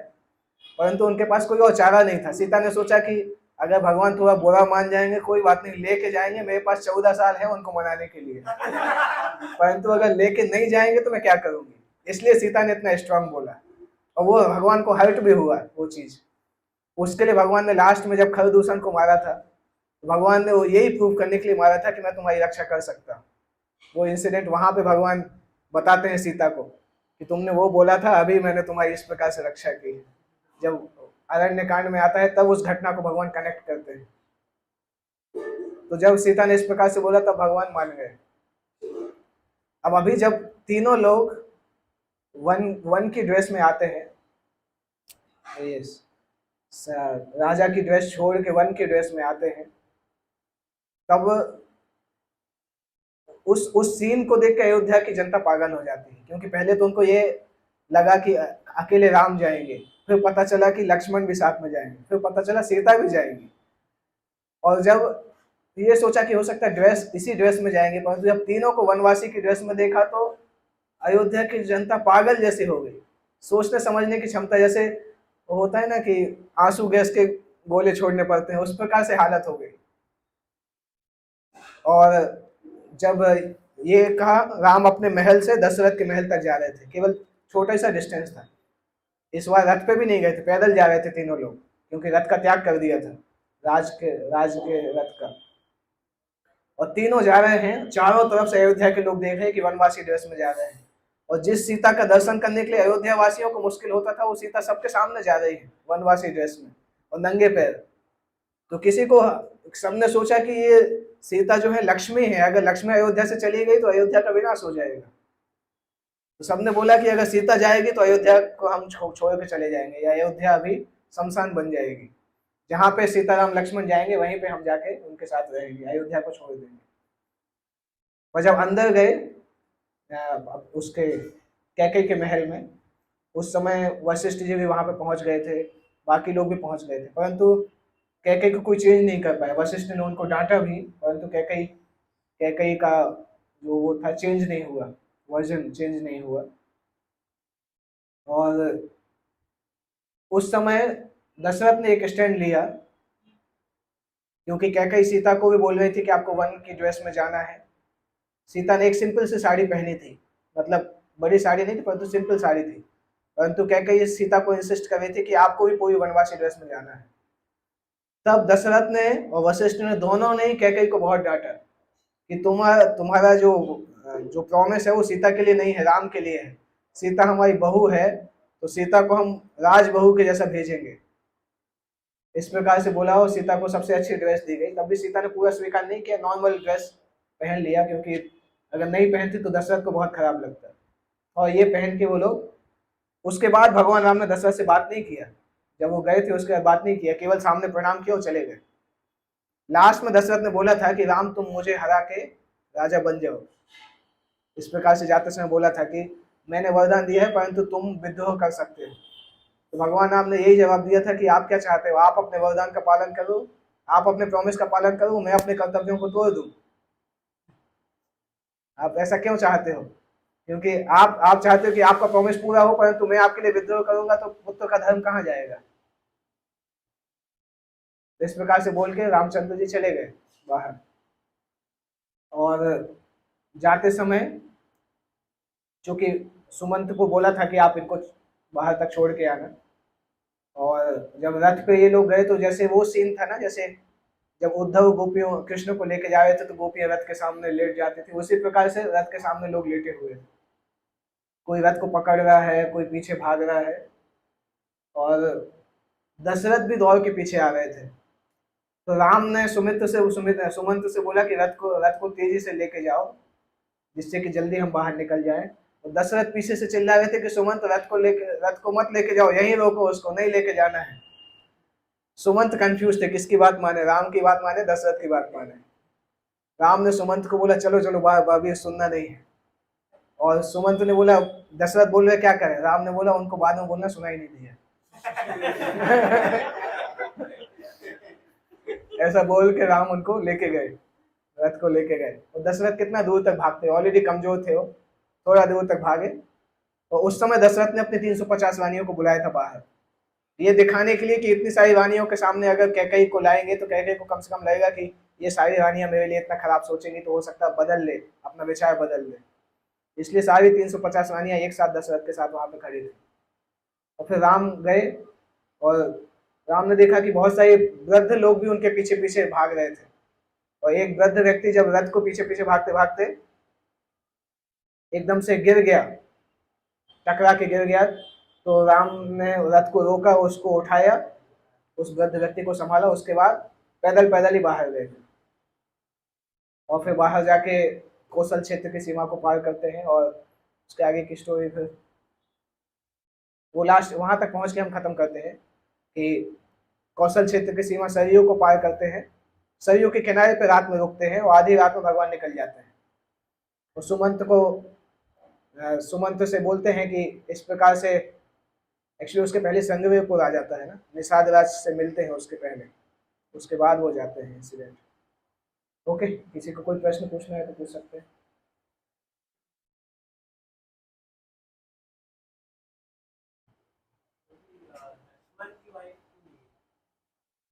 लक्ष्मण की वाइफ क्यों नहीं गई, वो एक अलग एपिसोड है। जब लक्ष्मण अपनी वाइफ को मनाने गए थे, ये बताने के लिए कि मैं राम के साथ जाने वाला हूँ, तो लक्ष्मण की वाइफ जो थी, क्या नाम था उनका, उर्मिला। उर्मिला बहुत अच्छी पेंटिंग करती थी, आपको पता है उर्मिला बहुत एकम्प्लिश्ड पेंटर थी, बहुत अच्छी पेंटिंग करती थी। तो उर्मिला एक पेंटिंग कर रही थी जिसमें राम के राज्याभिषेक का सीन था, और सीता राम बैठे हुए थे, और जब वो एकांत में पेंटिंग करती थी, एक अकेला कमरा था वहां पे पेंटिंग करती थी, एकाएक लक्ष्मण उस कमरे से घुसे, तो उन्होंने एकदम से देखा तो जो पेंट था वो बिगड़ गया, पेंटिंग बिगड़ गई थोड़ी। तो उर्मिला ने बोला, अरे आपने आके मेरी पेंटिंग बिगाड़ दी, डिस्टर्ब कर दी। तो लक्ष्मण ने बोला कि कोई समस्या नहीं, अभी आपके पास 14 साल है नया पेंटिंग बनाने के, बना लेना नया पेंटिंग। तो उर्मिला को समझ में नहीं आया क्या बोला, फिर इन्होंने समझाया। तो उस समय लक्ष्मण ने बोला था कि आप मेरे साथ नहीं रहोगी तो अच्छा है, और उर्मिला ने भी बोला कि देखिए आप वहां पे जा रहे हो सेवक के रूप में, तो अगर मैं आपके साथ रहूंगी तो आप जो सीताराम की सेवा कर रहे हैं उसमें आपको बाधा आएगी, क्योंकि आपको मेरी देखभाल करनी पड़ेगी, इसलिए आपकी सेवा अफेक्ट नहीं होगी, इसलिए मैं यहाँ पे रहूंगी। क्योंकि दशरथ वहां पे सेवक के रोल में थे ना, दशरथ नहीं, लक्ष्मण वहां पे सेवक के रोल में थे। तो सेवक के रोल में अगर उसकी खुद की भी फैमिली होगी तो वो दूसरे की सेवा नहीं कर पाएंगे, इसलिए लक्ष्मण ने बोला कि मैं मैं वहां पे अपना सेवा करूंगा और तुम यहाँ पे मुझे सपोर्ट करना। तो लक्ष्मण ने एक शपथ लिया था कि 14 साल तक सोएंगे नहीं। इसलिए जब पहली रात में जब निद्रा देवी उनके पास आई थी कि आप कैसे मुझे त्याग सकते हो, तो लक्ष्मण ने बोला था कि ऐसा करिए, मेरी पत्नी अयोध्या में, उसके पास जाके बात करिए, वो कुछ करेगी। तो निद्रा देवी जब उनके पास उर्मिला के पास आई थी कि आपके पति ने मेरा त्याग कर दिया है, तो लक्ष्मण ने उर्मिला से बुलवाया था फिर कि अगर निद्रा देवी बोले तो मेरे बिहाफ में आप सो जाइएगा, उसका असर मुझे मिलेगा। तो दोनों की निद्रा उर्मिला देवी स्वीकार करती थी और लक्ष्मण 14 साल तक सोए नहीं थे। तो वो इस तरह से एग्रीमेंट था दोनों के बीच में। ओके, और कोई प्रश्न? जैसे आपने बोला कि एक्सपेक्टेशन जितना होगा उतना ही मतलब कष्ट आएगा, आदमी अगर एक्सपेक्टेशन नहीं रखेगा तो मतलब कर्म कैसे करेगा? बहुत अच्छा क्वेश्चन, मैं सोच ही रहा था उस समय ये क्वेश्चन क्यों नहीं आया जब मैंने बताया था। रिजल्ट की सोचेगा नहीं तो मतलब स्टडी कैसे करेगा अगर रिजल्ट के बारे में सोचेगा? उसका सिंपल फार्मूला है गीता में, do your best and leave the rest. आप एक्सपेक्टेशन रख सकते हो परंतु एक्सपेक्टेशन से अटैचमेंट नहीं होना चाहिए। जैसे मान लो आपको एग्जाम देना है, तो जब तक एग्जाम नहीं दिया है तब तक तैयारी करने का पूरा अधिकार है, बेस्ट तैयारी करो, परंतु एग्जाम खराब हो गया तो अगले 2 दिन बैठ के रो नहीं कि खराब क्यों हो गया, क्योंकि वो अगले 2 दिन वेस्ट होने वाले हैं। आप कितने ही रो लोगे परंतु आपका एग्जाम पेपर हाथ से निकल गया, मतलब आप एक भी नंबर चेंज नहीं कर सकते। तो उसको बोला जा सकता है एक्सपेक्टेशन रखिए परंतु डिटैच तरीके से। जब आपके हाथ में वो काम है तब अच्छे से करिए, परंतु जो आपके हाथ से निकल गया फिर उसमें टाइम वेस्ट करने की जरूरत नहीं है। ओके,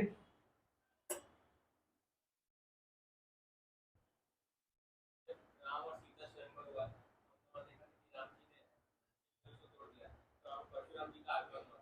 हाँ, तो जब हम जानते हैं कि परशुराम जी भी स्वयं भगवान की अवतार है, तो उस समय जब वो गुस्से में थे कि किसने उसको तोड़ा है, तो राम जी को तो उन्हें पहचान जाना चाहिए कि स्वयं विष्णु है। उस समय ऐसा संवाद नहीं हुआ था, उनकी परीक्षा खुली गई। संवाद दोनों के बीच में दो अलग अलग लेवल से देखें तो अगर एक लेवल से देखें तो उस पूरे घटना का उद्देश्य था ये बताना कि राम जो है वो मूल भगवान है, वो परशुराम उनके अंश हैं। और दूसरा उद्देश्य था कि कभी कभी व्यक्ति को अपनी तपस्या पे थोड़ा सा घमंड आ जाता है तो उस घमंड को ब्रेक करना चाहिए। परशुराम को अपनी तपस्या पे थोड़ा सा घमंड हुआ था, उस घमंड को भगवान रामचंद्र ब्रेक करना चाहते थे, इसलिए उनको कुछ समय के लिए भुला दिया। हालांकि इस घटना में थोड़ा थोड़ा डिफरेंस है। तुलसीदास जी ने जो रामचरितमानस लिखी है उसमें आता है कि परशुराम जी जनक के दरबार में ही आ गए थे, परंतु वाल्मीकि मुनि के रामायण में ये वर्णन कहीं नहीं आता कि वो जनक के दरबार में आए थे। उसमें वर्णन आता है कि जब दशरथ बारात लेके वापस लौटते हैं तो रास्ते में परशुराम आते हैं। तो घटना कहाँ पे हुई थी उसमें दोनों रामायण में अलग अलग तरीके से लिखा है।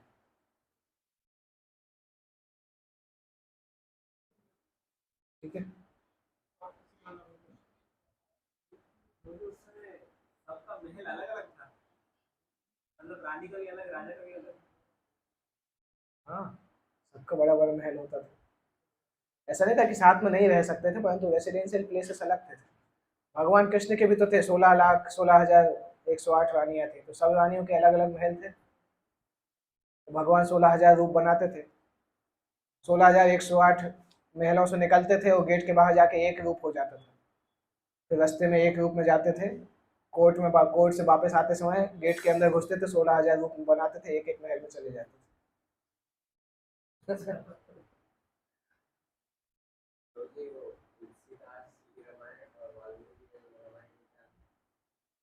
कोई अंतर नहीं, तुलसीदास जी ने रामचरितमानस लिखा है।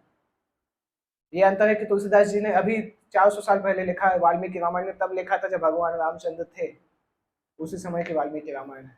तो वाल्मीकि रामायण मूल रामायण कहलाती है, सबसे प्रामाणिक उसको माना जाता है।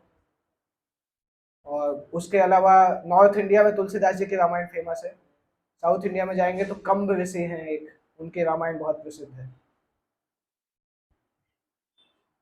कुछ कुछ घटनाओं आगे पीछे कुछ कुछ वर्णन में भिन्नता है, बाकी मुख्य घटना तो सेम ही है सारी रामायण में।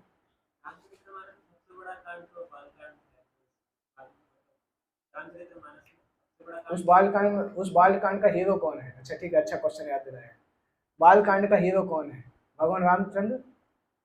उनकी बाल लीला ही नहीं है तो बालकांड के हीरो कैसे होंगे? बालकांड के का नाम बालकांड क्यों रखा है, इसके ऊपर पूरा एनालिसिस है। बालकांड का मुख्य हीरो विश्वामित्र मुनि है। क्यों? क्योंकि विश्वामित्र मुनि जो भक्ति में छोटे बच्चे जैसे थे, भगवान राम के एसोसिएशन में आके वो शुद्ध भक्ति को प्राप्त हुए। तो एक छोटा बच्चा जो भक्ति में बच्चे जैसा है, वो भक्ति में मैच्योर बना, इसलिए उस कांड को बाल कांड बोला जाता है।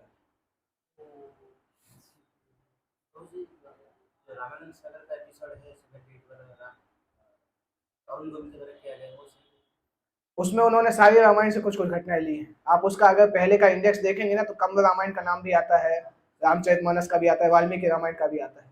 सामान्यतः हम संप्रदायों में जब देखते हैं ना तो वाल्मीकि रामायण सबसे ऑथेंटिक मानी जाती है, सबसे प्रामाणिक मानी जाती है, क्योंकि सबसे पुरानी है, उसी समय की है जब राम राज्य चल रहा था, उसी समय लिखी गई थी, इसलिए उसको सबसे प्रामाणिक माना जाता है।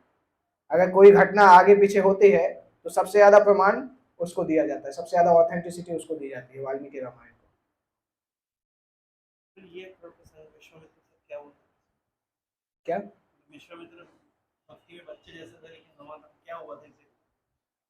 विश्वामित्र का आपको पता है ब्रह्म ऋषि थे वो, जब विस्तार से बता दीजिए। विस्तार में समय लगेगा हाँ बोलिए। क्योंकि ये तो सबसे कम क्लास है, हमारे तो 2.5 घंटे होती है। क्योंकि विश्वामित्र की पूरी स्टोरी गौतम और अहिल्या के पुत्र सतानंद जो थे ना, सतानंद का आपने नाम सुना होगा, जनक महाराज के कुलगुरु थे सतानंद। उनके पिता थे अहिल्या और पिता गौतम थे, माता अहिल्या थी। तो उन्होंने विश्वामित्र की पूरी स्टोरी सुनाई थी। भगवान राम की शादी का जो चरित्र ना, उसके पहले वो स्टोरी आती है। विश्वामित्र और उनकी उनकी बहन दोनों का स्टोरी आता है। उनकी बहन नदी के रूप में थी और विश्वामित्र ब्रह्म ऋषि बन गए थे। तो विश्वामित्र एक राजा थे, और जब वो राजा वशिष्ठ के पास जाते हैं अपनी सेना के साथ, तो बहुत भूख प्यास से प्रताड़ित रहते हैं। और वशिष्ठ के आश्रम में जाते हैं तो वशिष्ठ उनको बोलते हैं आप अपनी पूरी सेना को लेके आइए, हम खिलाएंगे। विश्वामित्र तो सोचते हैं आश्रम में 2 कदम तो चलने की जगह नहीं है, वही पूरी सेना घुसेगी कैसे, खिलाना तो दूर की बात। और लेके आते हैं सबको। जब आके देखते हैं तो इतना अच्छा फीस्ट था कि विश्वामित्र ने आज तक नहीं खाया था वैसा फीस्ट, अपने राज्य में भी नहीं खाया था। तो सभी लोग एकदम संतुष्ट हो गए, इतना अच्छा भोजन कराया, इतनी बड़ी जगह थी। तो उन्होंने पूछा वशिष्ठ मुनि से कि यहाँ कुछ तो दिख नहीं रहा था, ये कहाँ से सब कुछ आ गया? तो वशिष्ठ मुनि ने बोला कि ये सूरभी गाय है, नंदिनी, सूर्य की पुत्री नंदिनी, भगवान विष्णु ने उनको प्रदान की थी यज्ञ यज्ञ में मदद करने के लिए। तो उन्होंने बोला ये नंदिनी से जो मैं मांगता हूँ उतना वो सप्लाई कर देती है। तो अभी ये राजा थे, नंदिनी के ऊपर इनका थोड़ा लोभ आ गया और इन्होंने विश्वामित्र को ऑफर देना चालू किया, ऐसा करता हूँ मैं आपको 10 लाख गाय देता हूँ, नंदिनी मुझे दे दो। तो विश्वामित्र ने वशिष्ठ को, उस समय विश्वामित्र नाम नहीं था, राजा गाधी इनका नाम था जी, गाधी।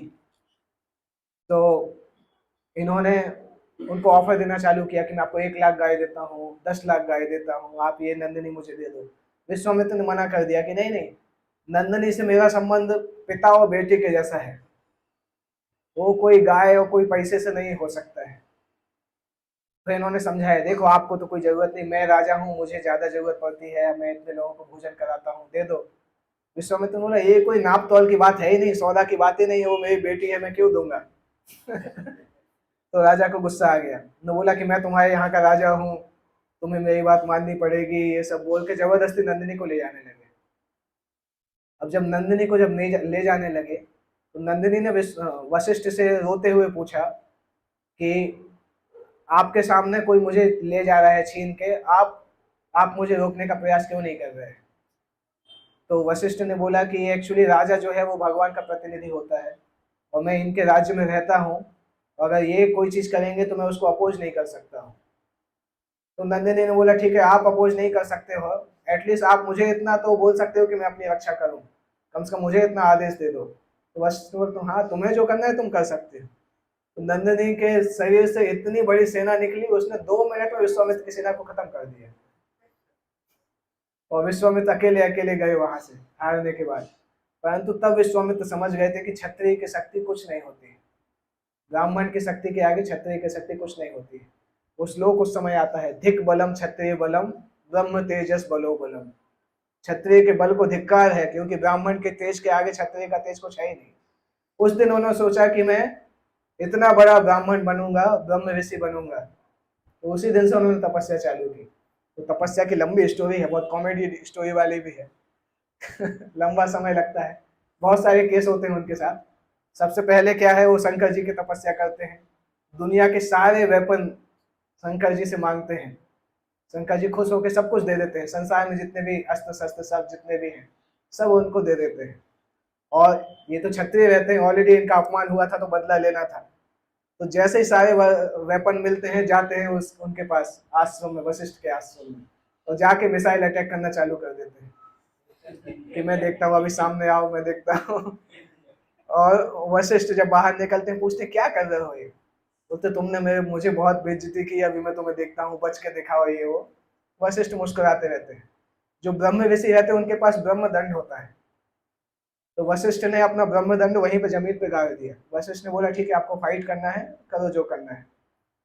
तो अभी विश्वामित्र तो घमंड में थे, सारे तीर जितने भी वेपन शंकर जी से मिले थे सब छोड़ने लगे, तो जितने भी अस्त्र थे सारे ब्रह्मदंड के अंदर घुस के गायब हो जाते थे। उनको समझ में नहीं आता था, छोटा सा 2-3 फीट का डंडा है, कैसा डंडा है, कुछ भी फेंको उसके अंदर चला जाता है। उन्होंने शिव का अस्त्र फेंका, सब कुछ फेंका, फाइनली ब्रह्मास्त्र फेंका। मैं सोचा ब्रह्मास्त्र तो कम से कम कुछ करेगा, ब्रह्मास्त्र भी गया, ब्रह्मदंड के अंदर जाके गायब हो गया। तो उनको समझ में नहीं आया कि ये वशिष्ठ देखने में पतला सा है, इसका छोटा सा डंडा है, परंतु सारे के सारे अस्त्र उसके अंदर चले गए। तब इनको लगा कि कुछ भी होगा, अभी ब्रह्म ऋषि बनूंगा, वशिष्ठ के जैसा ऋषि जब तक नहीं बनूंगा तब तक मैं तपस्या करता रहूंगा।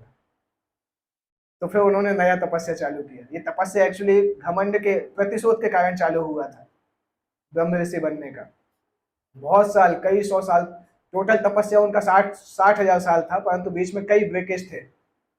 पहली बार तपस्या किया, करीब 1000, 1500-2000 साल तक तपस्या किया। तो ब्रह्मा जी प्रकट होते हैं, ये सोचते हैं कि मैं ब्रह्म ऋषि बन जाऊंगा। ब्रह्मा जी प्रसन्न होकर बोलते हैं कि आप अभी राज ऋषि बन गए। बोलते हैं राज ऋषि से क्या मतलब, वो तो छोटा सा ही है, फिर वो हरा देगा जाएंगे तो ब्रह्मा जी से कुछ नहीं बोले, पर बोलते मैं फिर तपस्या करूंगा। अभी ज्यादा तपस्या होती तो शरीर से तपस्या की शक्ति निकलने लगती है। तपस्या की शक्ति जैसे ही किसी के शरीर से ज्यादा निकलती है तो एक व्यक्ति है जिसको इनसिक्योरिटी हो जाती है, इंद्र को। इंद्र को लगा पता नहीं खतरनाक राजा थे, तो अभी कोई ऐसा तपस्या नहीं कर रहा हूँ कि मेरा राज्य खतरे में आ जाए। तो इंद्र ने मेनका को भेज दिया और मेनका को भेजा और विश्वामित्र का पतन हुआ। 10, 12, 20 साल कहाँ गए पता ही नहीं। 10-20 साल बाद याद आया कि मैं तो ये तपस्या कर रहा था, कब चले ही गया, तपस्या से दूसरी दिशा में आ गया।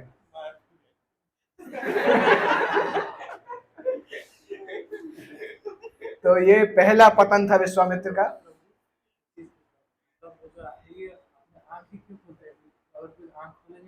आंख नहीं खोले थे, डिस्ट्रैक्शन तो पायल की ध्वनि से होता है, तो आंख से कहाँ होता है।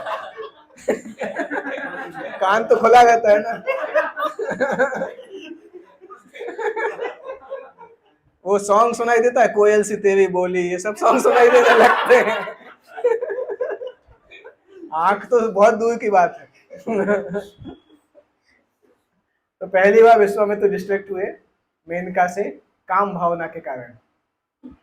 ठीक है, वो फेस से बाहर आ गए, फिर से तपस्या करना चालू किए, शुरू से फिर से चालू किए। सोचे कि इस बार मैं नहीं, कुछ भी होगा, कुछ आंखें नहीं खोलूंगा, ऐसा बोले।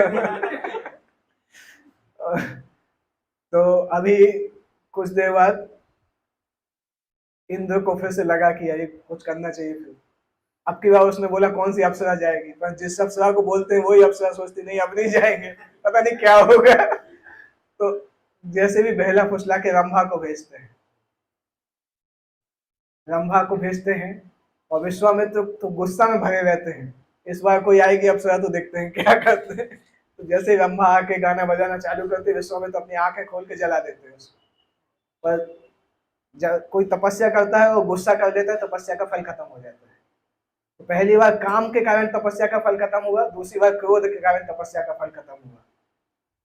अभी तीसरी बार भी बाकी था, लोभ के कारण। इसलिए भगवान बोलते ना, काम क्रोध लोभ तीनों नरक के द्वार है। विश्वामित्र का पतन 3 बार हुआ, एक बार काम के द्वारा, एक बार क्रोध के द्वारा, एक बार लोभ के द्वारा, 3 बार पतन हुआ। तीसरा पतन किस प्रकार से होता है? एक राजा होते हैं त्रिशंकु। त्रिशंकु अच्छे राजा रहते हैं, त्रिशंकु तो बाद में नाम आता है। वो बहुत फेमस राजा होते हैं, परंतु वो बहुत सेल्फ कॉन्शियस होते हैं। जैसे कुछ लोग होते हैं ना, कहीं भी शीशा दिखता है तो उनका कंघा निकल आता है। तो उसी तरह से राजा थे, वो अपने डेकोरेशन पे बहुत ध्यान देते थे। तो एक बार उन्होंने अपने कोई ब्राह्मण के साथ उन्होंने अपराध किया, तो ब्राह्मण ने उनको यही शाप दे दिया कि जिस चेहरे पे तुम इतना घमंड करते हो वो चेहरा तुम्हारा डिस्टर्ब हो जाएगा, तुम्हारा पूरा सौंदर्य चला जाएगा। तो दूसरे दिन जब ये सो के उठे, शीशे में देखा तो अपने कोई नहीं पहचान पाए।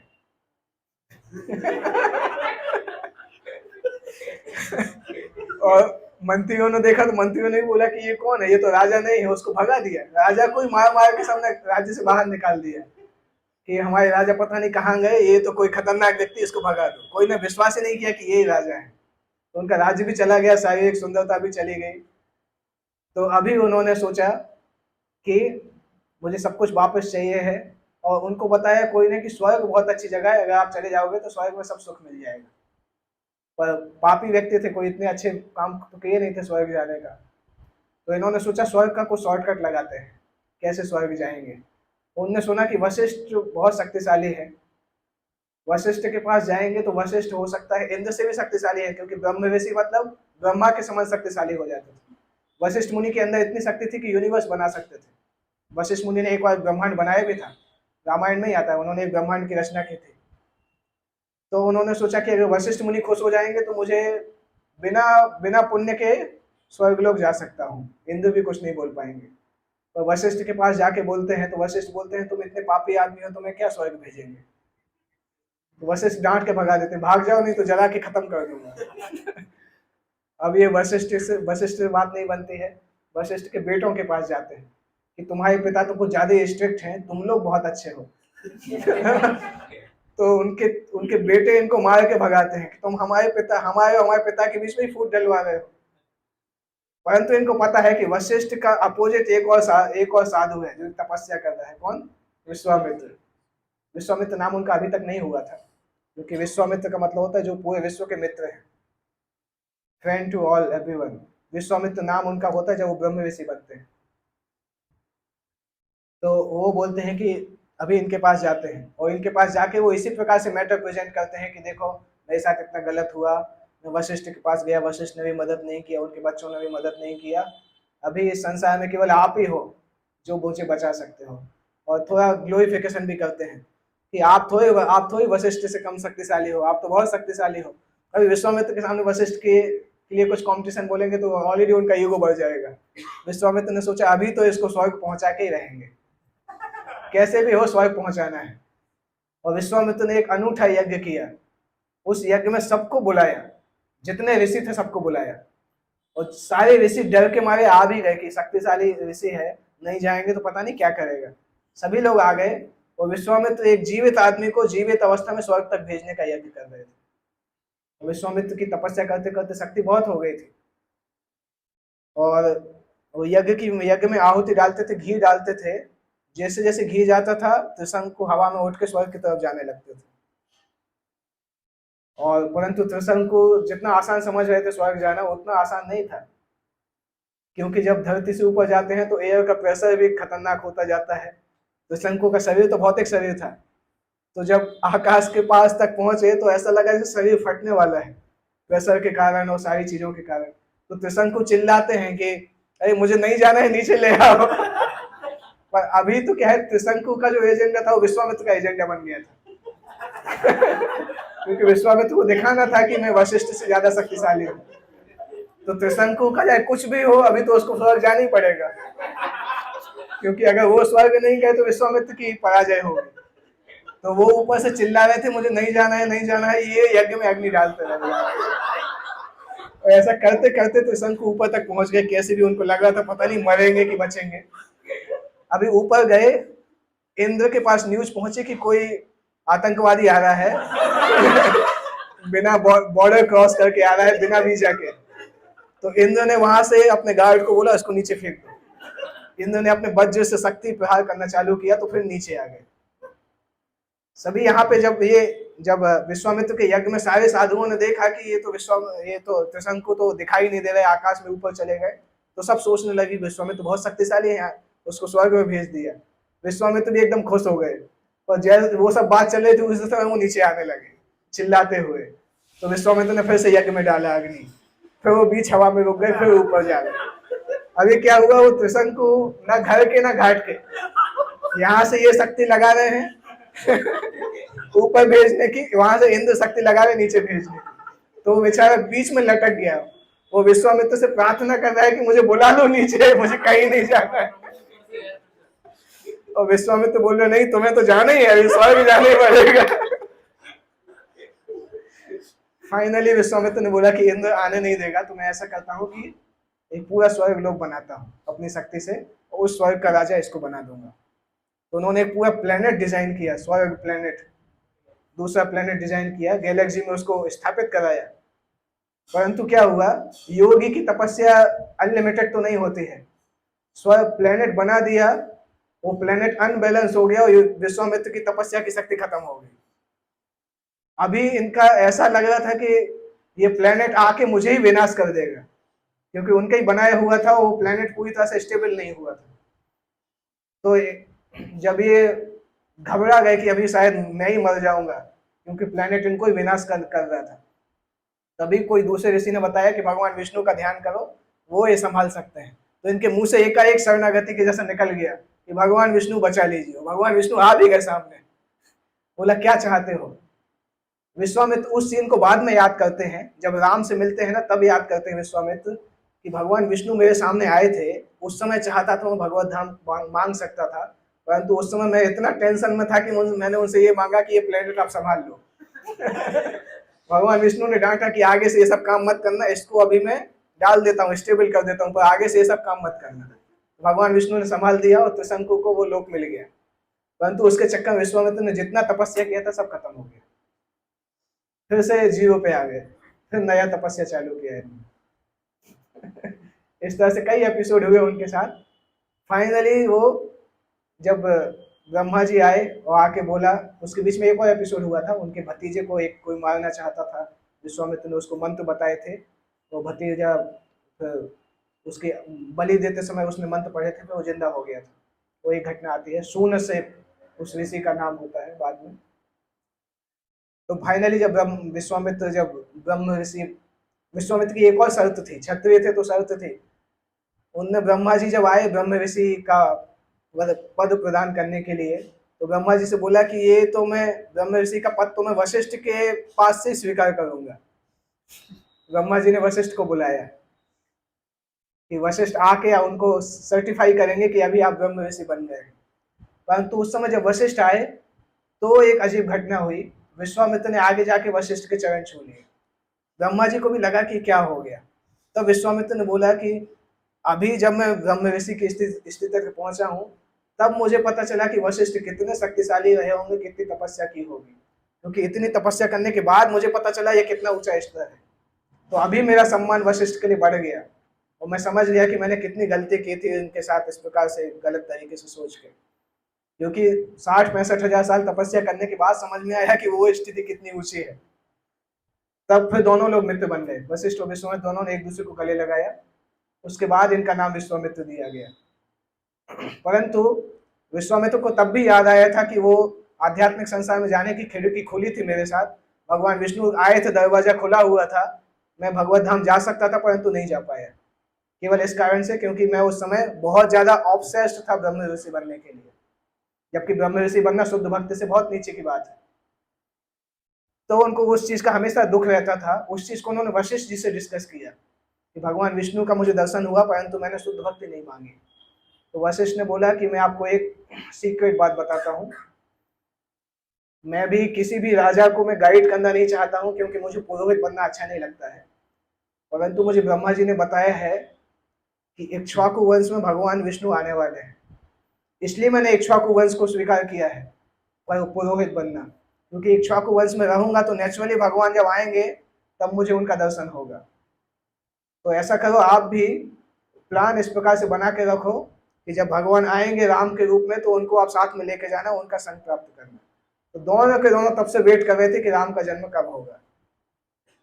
और विश्वामित्र को पहले से प्लान था कि राम का एसोसिएशन चाहिए है, इसलिए स्पेशली राम लक्ष्मण को लेके आए थे। इसलिए जब वो पहले दिन दोनों बच्चों को लेके जाते हैं, सरयू के किनारे दोनों बच्चे सोते हैं, विश्वामित्र आधी रात में जल्दी उठ जाते हैं, मतलब 2-3 बजे उठ जाते होंगे वो। उस समय जाके देखते हैं तो राम और लक्ष्मण सोते रहते हैं। और उस समय विश्वामित्र स्पॉन्टेनियसली वो श्लोक गाते हैं, जो श्लोक सुप्रभातम में तिरुपति में गाया जाता ना, कौशल्या सुप्रजा राजम पूर्वा संध्या प्रवर्तते उत्तिष्ठ उत्तिष्ठ गोविंद, वो पूरा श्लोक लिखा है। और पूरे आधी रात से सुबह तक विश्वामित्र कौशल्या को ग्लोरीफाई कर रहे थे, यही बोल रहे थे कि कौशल्या कितनी सौभाग्यशाली है कि हर दिन उनको ये सीन देखने मिलता है, इस सुंदरता को हर दिन देखते हैं। उस सुंदरता को देखते देखते विश्वामित्र को फील हुआ कि मेरा हृदय जो इतना कठोर था ये अभी सॉफ्ट होना चालू हुआ है भगवान राम के एसोसिएशन में, और इसीलिए उन्होंने राम का एसोसिएशन इतने समय तक रखा। फाइनली उनका लास्ट कर्तव्य था सीता के साथ उनका विवाह कराना। ब्रह्मा जी ने बोला था कि आपको उन दोनों का मैच मेकर बनना है, और तब तक इनको मौका भी मिला, भगवान राम का कुछ समय तक एसोसिएशन मिला। और बाल कांड के लास्ट तक शादी होते होते विश्वामित्र इस अवस्था में पहुंच गए थे कि शुद्ध भक्ति को प्राप्त कर लिया था, ब्रह्म ऋषि से शुद्ध भक्ति तक पहुंच गए थे। ब्रह्म ऋषि मतलब भक्ति में छोटे बालक थे, शुद्ध भक्त मतलब भक्ति में मैच्योर हो गए थे। इसलिए जिस दिन सीताराम की शादी हुई उसके अगले दिन सुबह सभी लोग सो रहे थे, अर्ली मॉर्निंग विश्वामित्र हिमालय चले गए थे। उसके बाद आप देखेंगे रामायण में विश्वामित्र का कहीं नाम नहीं आता है, वो विश्वामित्र का लास्ट मेंशन है, इसलिए बालकांड के हीरो विश्वामित्र माने जाते हैं। ओके,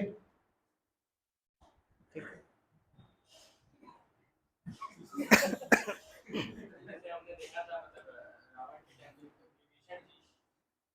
विभीषण जी को जब राज्य से निकाल दिया गया था तो वो राम की शरण में गए थे। तो जब कुंभकर्ण उठाया गया था तो पता चला कि ये सब हुआ है। उस टाइम वो अपना भाई को बताते कि भाई का धर्म क्या होता है, जैसे कि हम जानते हैं कि भाई का जितना भी गुस्सा ले जाएगा उसका धर्म ये कि मुश्किल वक्त में भाई के साथ रहना, जैसे कि लक्ष्मण जी राम जी के साथ रहना, लक्ष्मण जी राम के साथ रहना। तो फिर यहाँ पर विभीषण जी ने मतलब एक्चुअली धर्म कई स्तर पे होता है, धर्म शास्त्र होते हैं, अर्थशास्त्र होते हैं, सबका वेटेज अलग अलग होता है। जैसे अर्थशास्त्र के जो निर्देश होते हैं उससे ऊपर धर्मशास्त्र के निर्देश माने जाते हैं, धर्मशास्त्र के निर्देशों के ऊपर भी भक्ति शास्त्र के निर्देश ऊंचे माने जाते हैं। तो ये जो भाई का धर्म और ये सारे है ना, ये शारीरिक संबंधों के धर्म है, परंतु इसके ऊपर आत्मा और भगवान का संबंध होता है। जब कोई आत्मा के स्तर पर देखता है तो भगवान जिस साइड में है वही साइड में रहना उसके लिए बेस्ट है, वो सबसे ऊंचा धर्म है। अगर आप शरीर का और ये सारे धर्म बोल रहे हैं, क्योंकि ये तो मृत्यु के साथ खत्म हो जाएंगे, तो शरीर के सारे धर्म सारे संबंध नीचे आ जाते हैं, उसके ऊपर स्टेज में होता है भगवान के साथ संबंध। तो कभी भी अगर भगवान किसी साइड हो उसी साइड रहना चाहिए, क्योंकि जहां भगवान रहेंगे वही धर्म रहेगा। केवल एक ही केस में इसका अपोजिट हो सकता है, अगर भगवान कृष्ण एक तरफ है राधा रानी दूसरी तरफ है, तो कृष्ण की तरफ मत रहिएगा, राधा की तरफ रहिएगा, क्योंकि भगवान कृष्ण भी उसी साइड आ जाएंगे। बाकी हमेशा कृष्ण के साथ रहना चाहिए। ओके,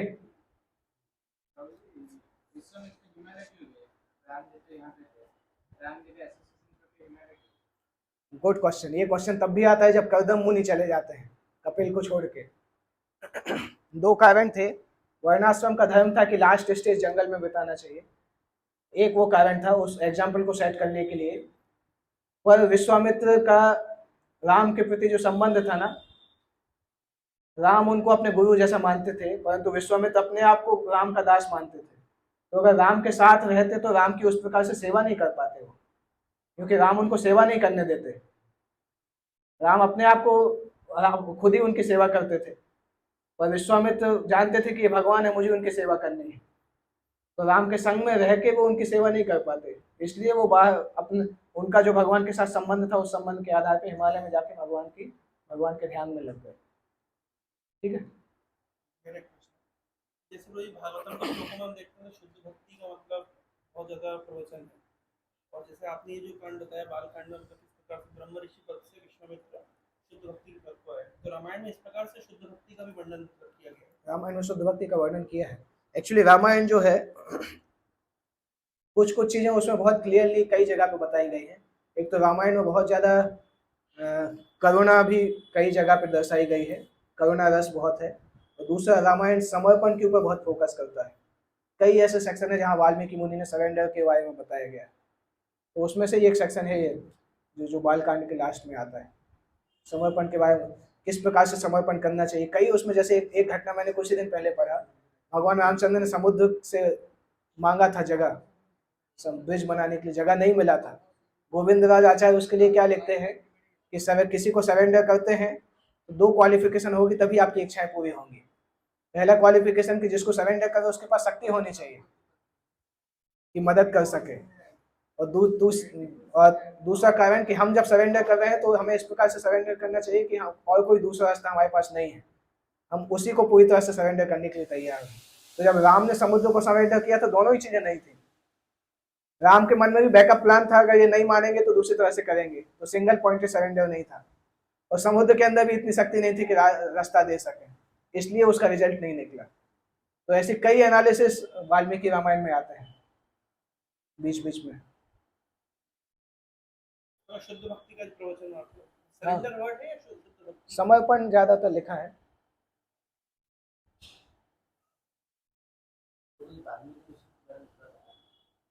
वाल्मीकि ऋषि के बारे में, वाल्मीकि ऋषि, नारद मुनि। वाल्मीकि ऋषि पहले डाकू थे, डाकू,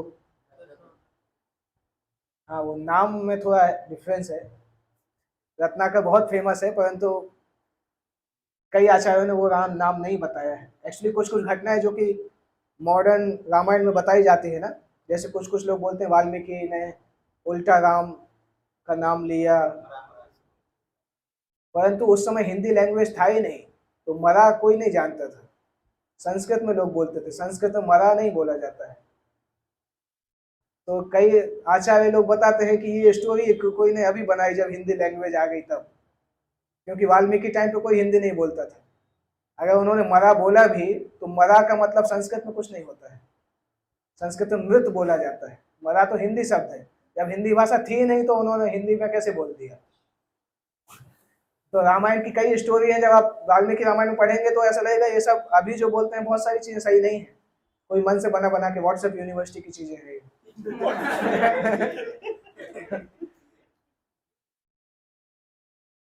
तो वाल्मीकि मुनि एक डाकू थे, और नारद मुनि की कृपा से, नारद मुनि ने उनको राम का नाम दिया था, ये तो है, राम का नाम उनको दिया था। उस राम के नाम को जप करते करते वो सिद्धावस्था को प्राप्त किए। और बाद में भगवान ने उनको एम्पावर किया, जो कि वाल्मीकि मुनि के आश्रम में सीता जी का निवास था। इसलिए वाल्मीकि मुनि को एक कृपा मिली कि रामायण ग्रंथ को लिखने का सौभाग्य उनको दिया जाए, क्योंकि उसी समय उन्होंने रामायण लिखा था जब सीता उनके आश्रम में रहते थे, उसी समय रामायण की रचना की थी।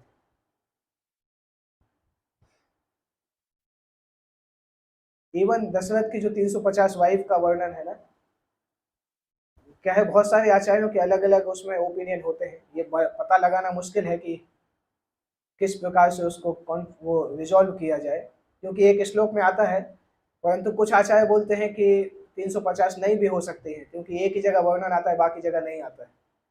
तो ये सब कुछ चीजें हैं जो कि संप्रदाय से रिलेटेड हो सकते हैं, तो उसको हम कोट करते हैं तो कोट अनकोट जैसा करना चाहिए कि संप्रदाय में इस प्रकार से है।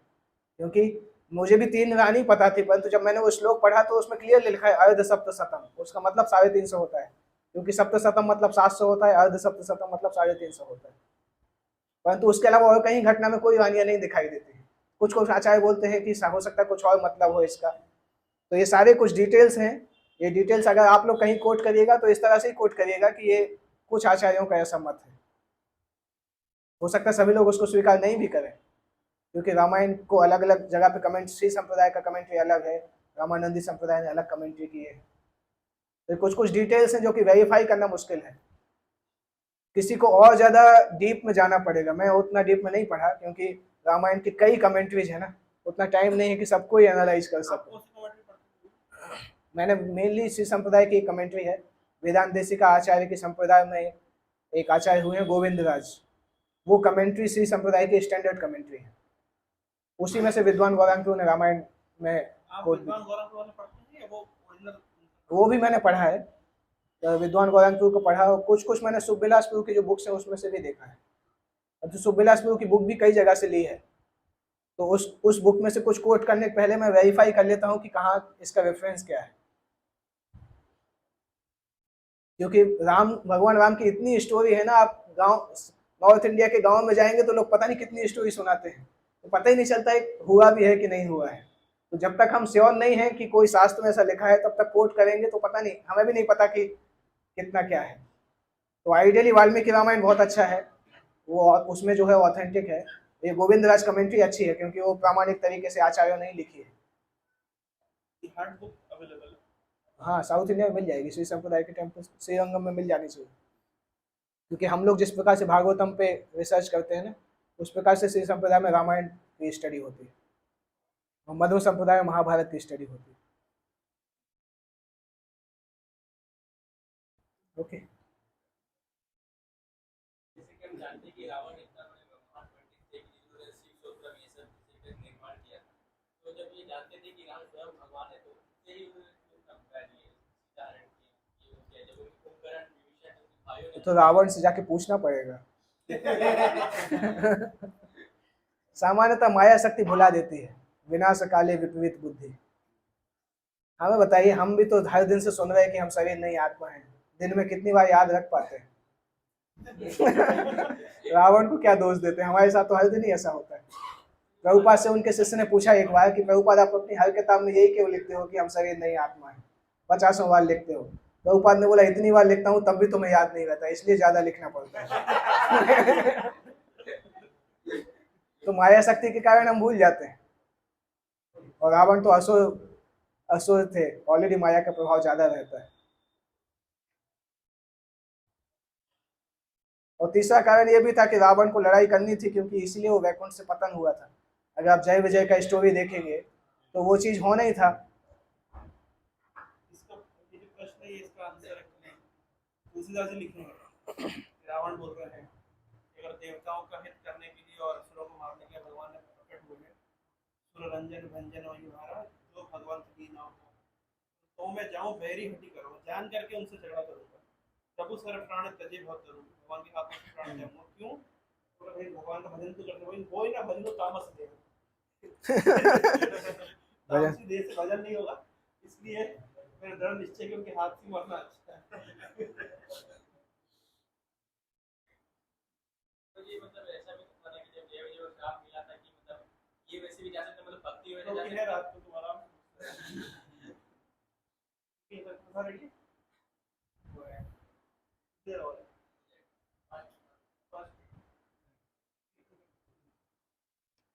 5 मिनट मैं एक फ़ोन कॉल कर लूँ, 5 मिस्ड कॉल आ गए। तो हम लोग प्रभु जी का बहुत बहुत धन्यवाद ज्ञापन करेंगे। प्रभु जी इतना कीमती समय निकाल करके हमें रामायण से इतना डीपली हमने कभी सुना नहीं था, विशेष रूप से जो विश्वामित्र वाला प्रसंग है कि कैसे बालकांड के हीरो विश्वामित्र है और एक ब्रह्म ऋषि शुद्ध भक्ति को उन्होंने प्राप्त किया। तो ये बहुत ही सुंदर प्रसंग। कैसा लगा आप लोगों को? तो हम निवेदन करेंगे प्रभु जी से आप रिपीटेडली आते रहिए, क्योंकि अब रामायण में सबको टेस्ट इतना मिल गया है। तो कल भी प्रभु जी का प्रवचन रहेगा और प्रभु जी के एक मित्र ब्रजन कृष्ण प्रभु का भी प्रवचन रहेगा। तो आप में से कल कितने लोग आ रहे हैं? डाउट है क्या? कल शाम को नहीं, कल शाम को थोड़ा जल्दी हम शुरू करेंगे, है ना? आज हमने 7 बजे शुरू किया है।